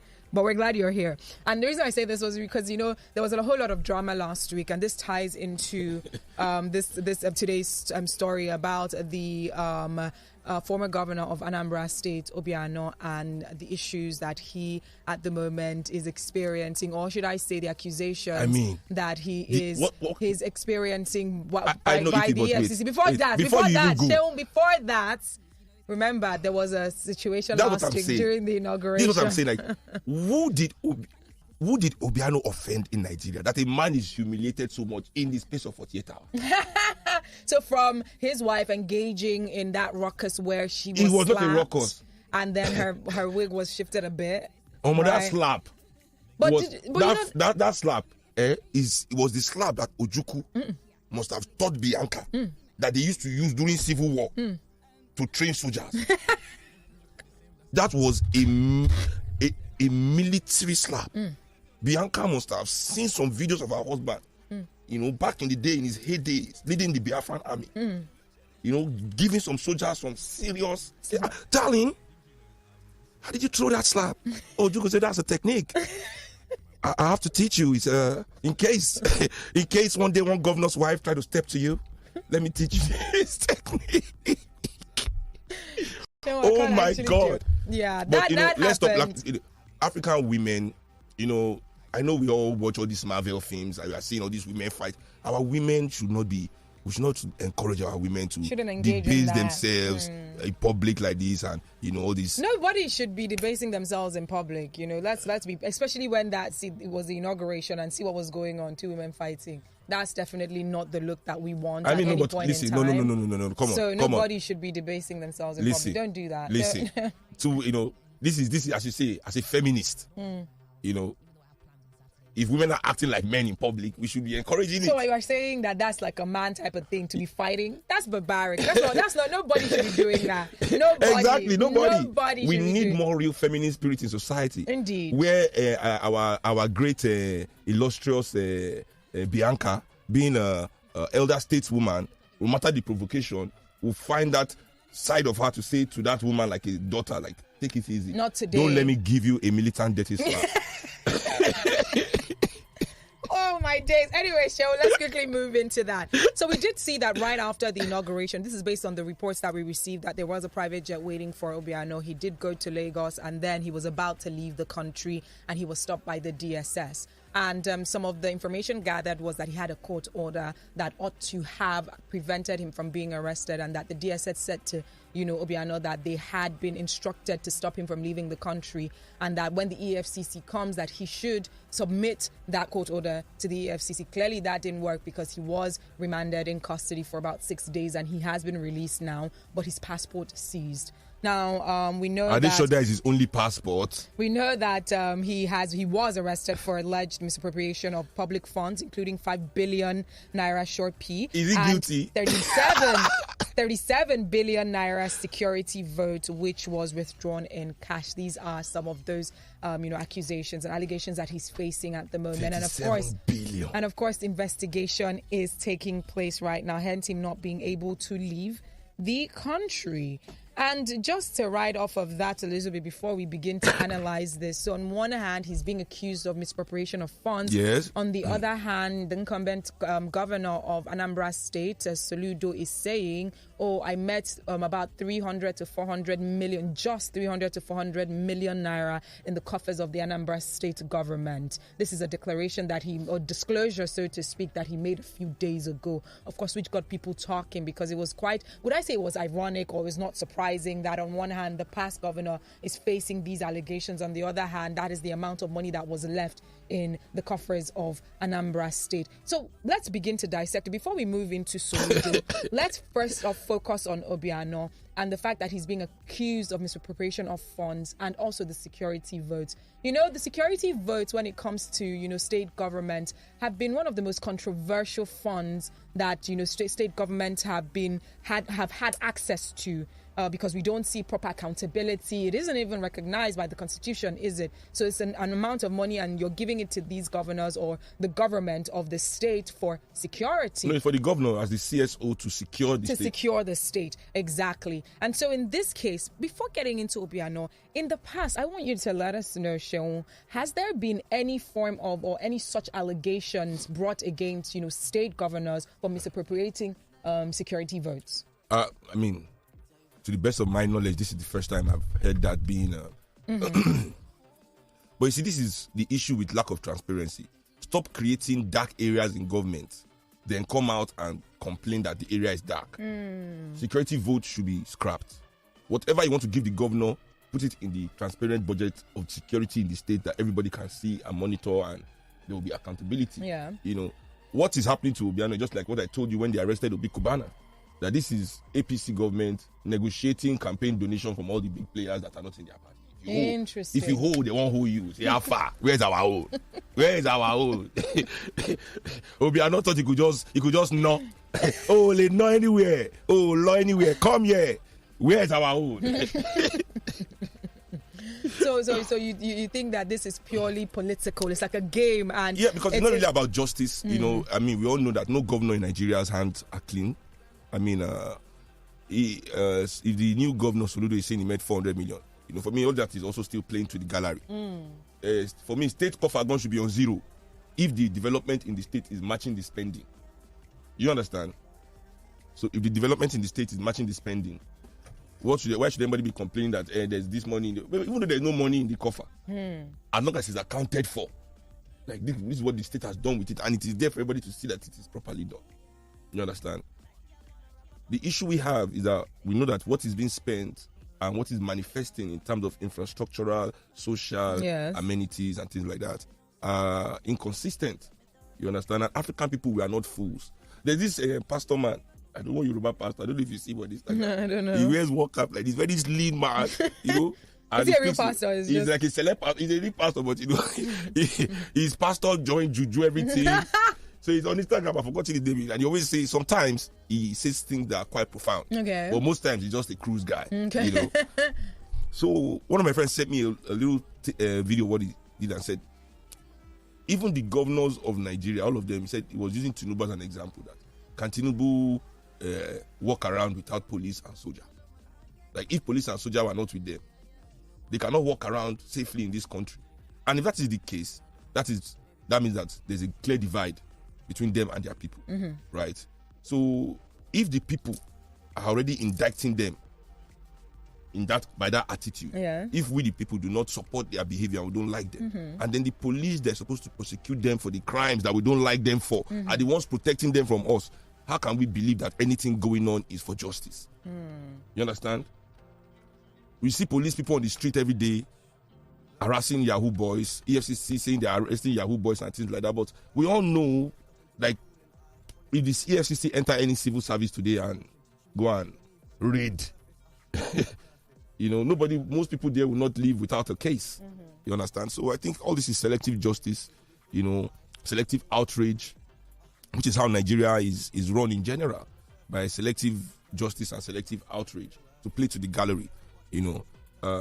But me, I do not pity the ex-governor of Anambra State, because he is part of that, you know, game and things like that. Now, in a case where, because you did mention, like, if you're able to maybe give account of these funds, like for security votes, if security votes in the first place has been giving on a foundation where there isn't proper accountability and proper transparency, can they be held responsible if the people come out to say, oh, you know, you didn't necessarily use the security votes as you ought to? What is there like a given framework that is in existence already for per state where every governor knows this is exactly how the security votes are supposed to be used? You know, as I said, again, I'll repeat again, you know, is the darkness of it all, you know.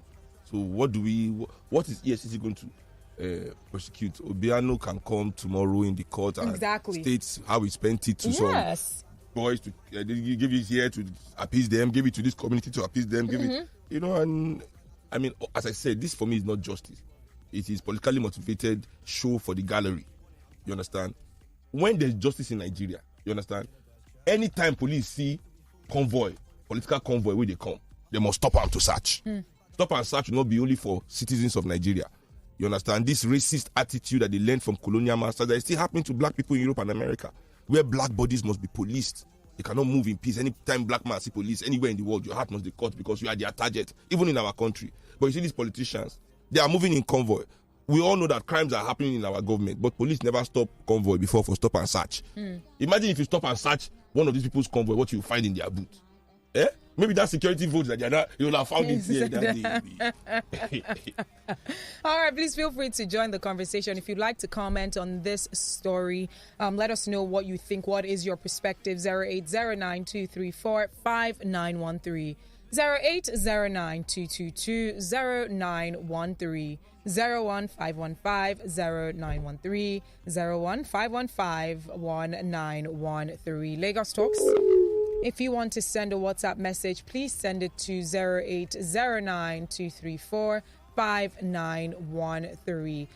This is coming from a listener saying, "Good morning, Madam Ifya, Mr. Shea. Whenever I'm listening to Baba's music about water, light, food, and house, tears would just run down my eyes." Ola is saying, hi, if you're looking fly with the shades and the jeans, hello to the big bird.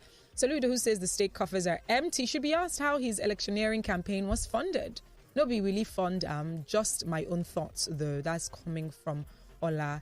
This is coming from a listener saying, also Obi saying, a big bird, another Friday, should be, you know, the name of the villain in Iron Man 1 film was Obadiah, and there was an underlying intention behind it. I didn't know. I know his name was Obadiah, but I don't know. Really? You know, in Iron Man 1 now, the bad guy. Oh wow, I didn't know that. But I don't know his the underlying meaning of that. But that's I'm a not very that much interesting name for a villain. Lagos Talks. Good morning. What's your name? Good morning, Ify. My name is Ike, calling from Shell's Instagram. Hi, IK. Welcome from my Instagram. These people don't have respect, so they don't know if that means they don't watch this show. They don't actually listen to this radio show. They don't have respect. No, we have to go there and fight them back.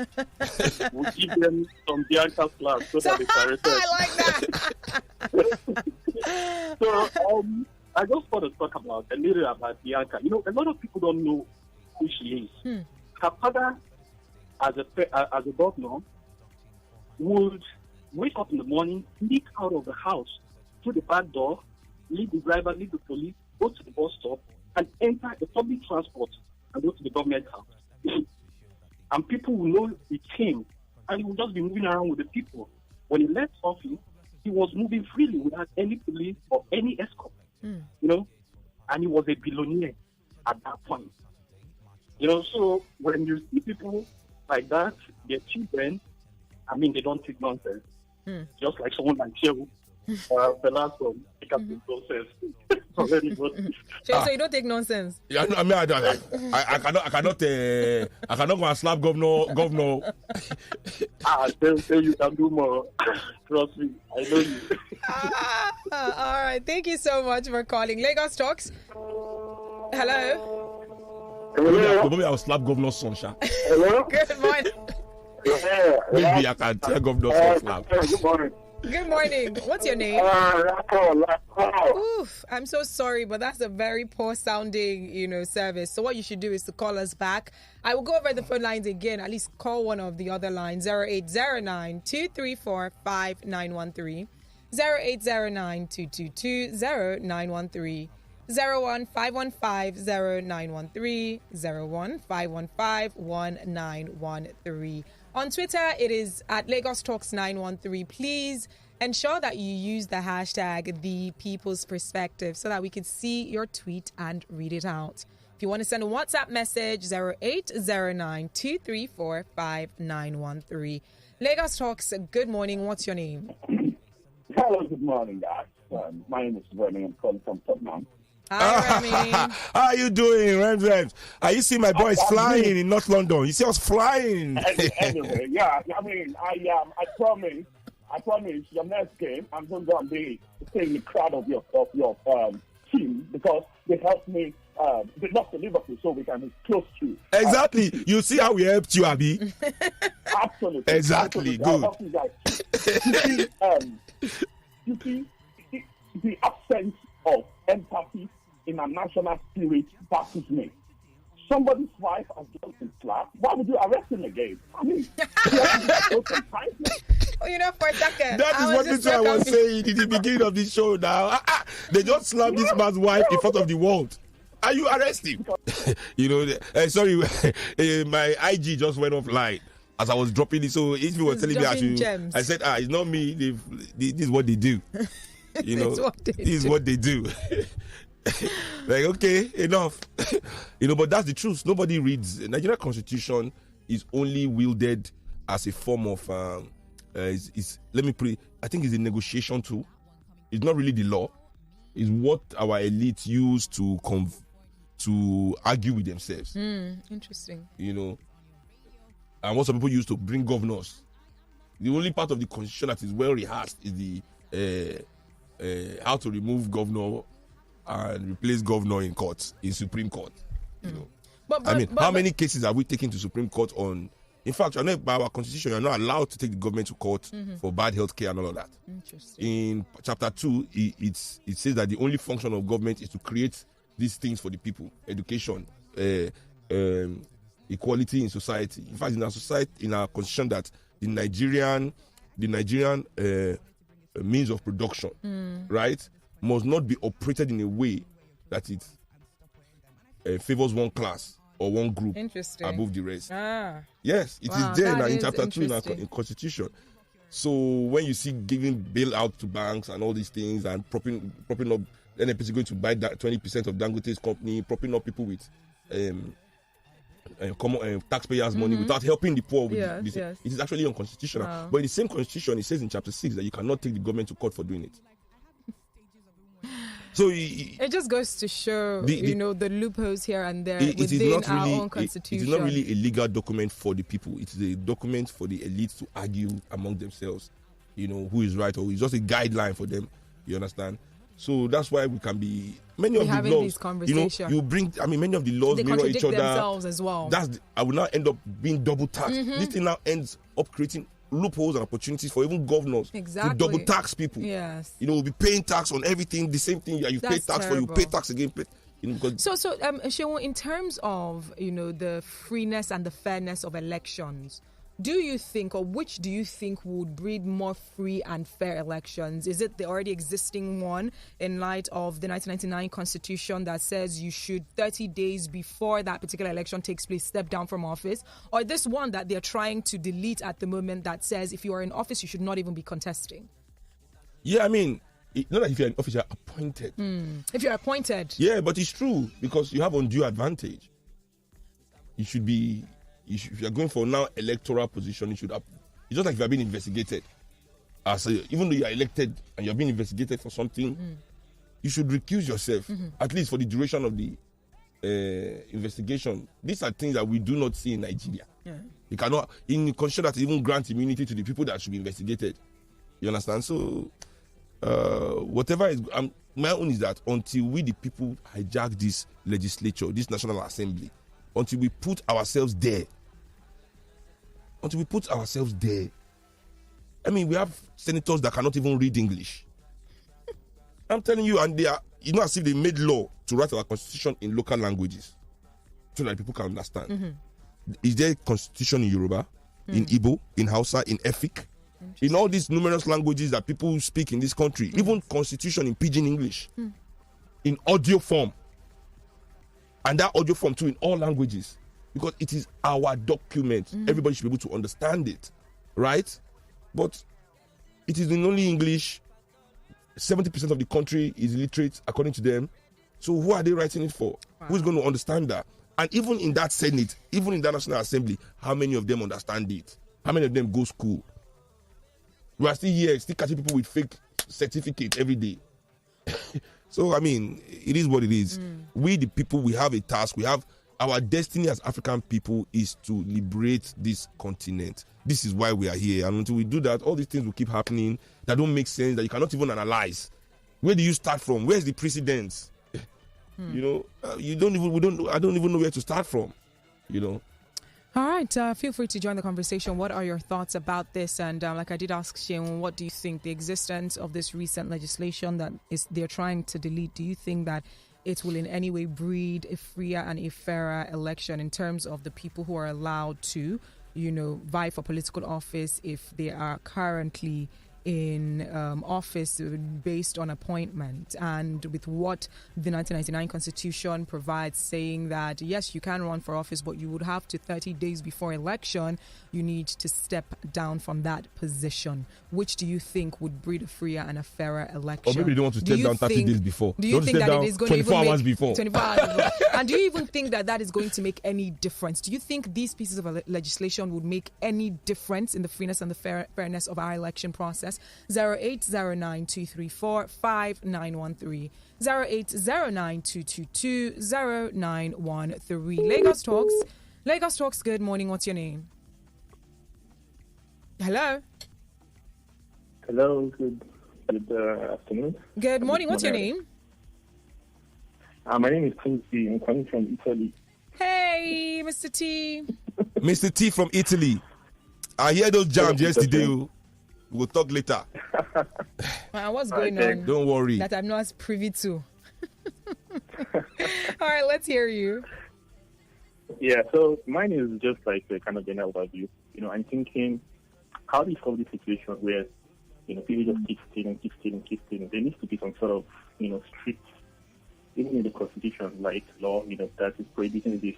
And how this would work is that, if anyone is caught, then and they are found guilty, then they need to not just return the amount they stole, they need to return a constant number, let's say like 100 times what they stole. And also that number will be increasing every time they find someone guilty, So that's how that number is increase. And they don't even need to send people to prison. They just need to expel them from Nigeria and consider their passports. I think that would help, because like taking bad eggs, checking it and then putting it back into the tray. So Abi, it's true. We should send them on exile, Abi, and revoke their citizenship. You are no longer Nigerians. Exactly. You don't care what you do with yourself. Give us everything. First collect them so they don't thief. Oh yeah, bye. All right, this one is coming from send you to Central African Republic on Twitter, saying at this juncture, Willie Obiano shouldn't be greedy. He must be ready to share, negotiate, and be willing to let go of his loot. And if he wants his sins to be forgiven, he will have to join APC party. That automatically sets him free. I think he has bought his form. If Willie had not bought his APC form by now, his advisors are not doing their job. Chief Udo is saying, when I heard the amount Obiano burned as governor, I said to myself, no wonder his wife has the audacity to challenge Bianca, because she gets what is giving. Maybe that's what is giving her courage. That will slap the loot out of her mouth. He said the Nigerian system will provide a way for Obiano to escape. He will drop a dime and go with other billions that he has stacked somewhere, as long as he's not stingy and he's ready to play with the big boys in Abuja. Is what he's saying. Bam. Lagos Talks. Good morning. What's your name? Good morning, Ify and Chill. My name is Sebastian. How you doing, Sebastian? Quickly, let's hear your take. Yes. My take on this is that I don't really see the rationale behind what we're talking at the moment, because when you steal, if a poor man on the street steals, guess what? Sometimes they will put tire on the person's neck and they burn him to death. They will now have the one we call pen robbers who will steal billions and drop one token and they will be let go. What are we running at the moment? What is good for the goose is good for the gander. In fact, I agree with that caller that says just ban them from the country. At least Australia was formed by England because it was deporting people who had stolen in England to Australia. That's how Australia came into being. Yeah. In fact, I'm just upset this morning. Wow. Have a lovely weekend. Thank you very much. The matter reached to make anybody vex, really, because obviously, as I said though, but this is the game that we Nigerian people we must stop. We were on live. We are not on live today. We were on the live, but the thing just went off. Instagram. Yeah, it went off. And where have you been? You clearly just came now. 11:55. You just came now. 11:55. And we were on live since. This is coming from Obi saying, I was having a discussion on the Electoral Act issue, and there was a mention that what Constitution says is for civil servants to resign. No mention of political appointees. Hence, the judge wasn't right. However, this is just the National Assembly men showing the state executives and their minions that they too have power, is what he is saying. This is coming from a listener saying, hi, Ifnaya. If that legislation won't make any difference, or that will be detrimental to them, or that will be detrimental to them politicians, it won't have been given attention that it's getting from everywhere right now. So meaning that there's a possibility that it's going to make a difference. Very quickly, Seun, let's just touch on the issues going on right now with the Inspector General of Police, Usman Akali Baba, just 2 days ago appealing to the policemen in Nigeria to shelve the planned nationwide strike. He was represented by the Deputy Inspector General of Police in charge of Southwest, Johnson Kukumu, and made this appeal at the Zone 2 Police Command in Onikon during his tour of the police formation in southwest part of Nigeria. The police boss enjoined the police officers to consider the support of members of the public who have been complimenting what the police leadership and the federal government have done to better the lives of police officers in the country. The DIG said, and I quote, "I bring good tidings from the Inspector General of Police, who has advised us to eschew all forms of unethical practices and that there should be total conformity to the rule of our engagement. We should be professional in all our dealings as we have rules and regulations that are guarding us." Let me remind you that strike is prohibited in the force and its consequences are high. You should remember the slogan that the police is your friend. So if you engage in the abuse of the public whose taxes are used to pay your salary, you should know that they are watching our backs. My own is that if police protest, I will go and beat them. Seun, please no. That's my own. Please no. When we are protesting, what did they do? We say no to violence. When we are protesting, what did they do? Some of them came to beat. Let me warn you, police people. If you strike, stay in your house. Don't come and protest, too.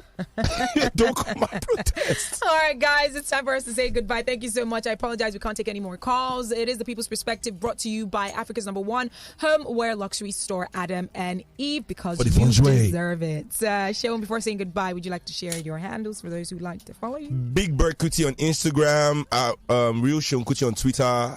and SEUN Kuti on Facebook. Join the conversations. I like that. Reach out to me on Instagram and Twitter at Ify_I. That is IFY_I. By the way, go check out my story because I worked on a project. SEUN, you probably haven't seen that. It is an audio series. It's my very first project. You can't obviously see my face, but you can hear my voice. So go check it out. That's enough for us. Visit. Just check my story at Ify_I on Instagram to just check out how you can listen to the rest of it. We are Lagos Talks 91.3. Let's talk.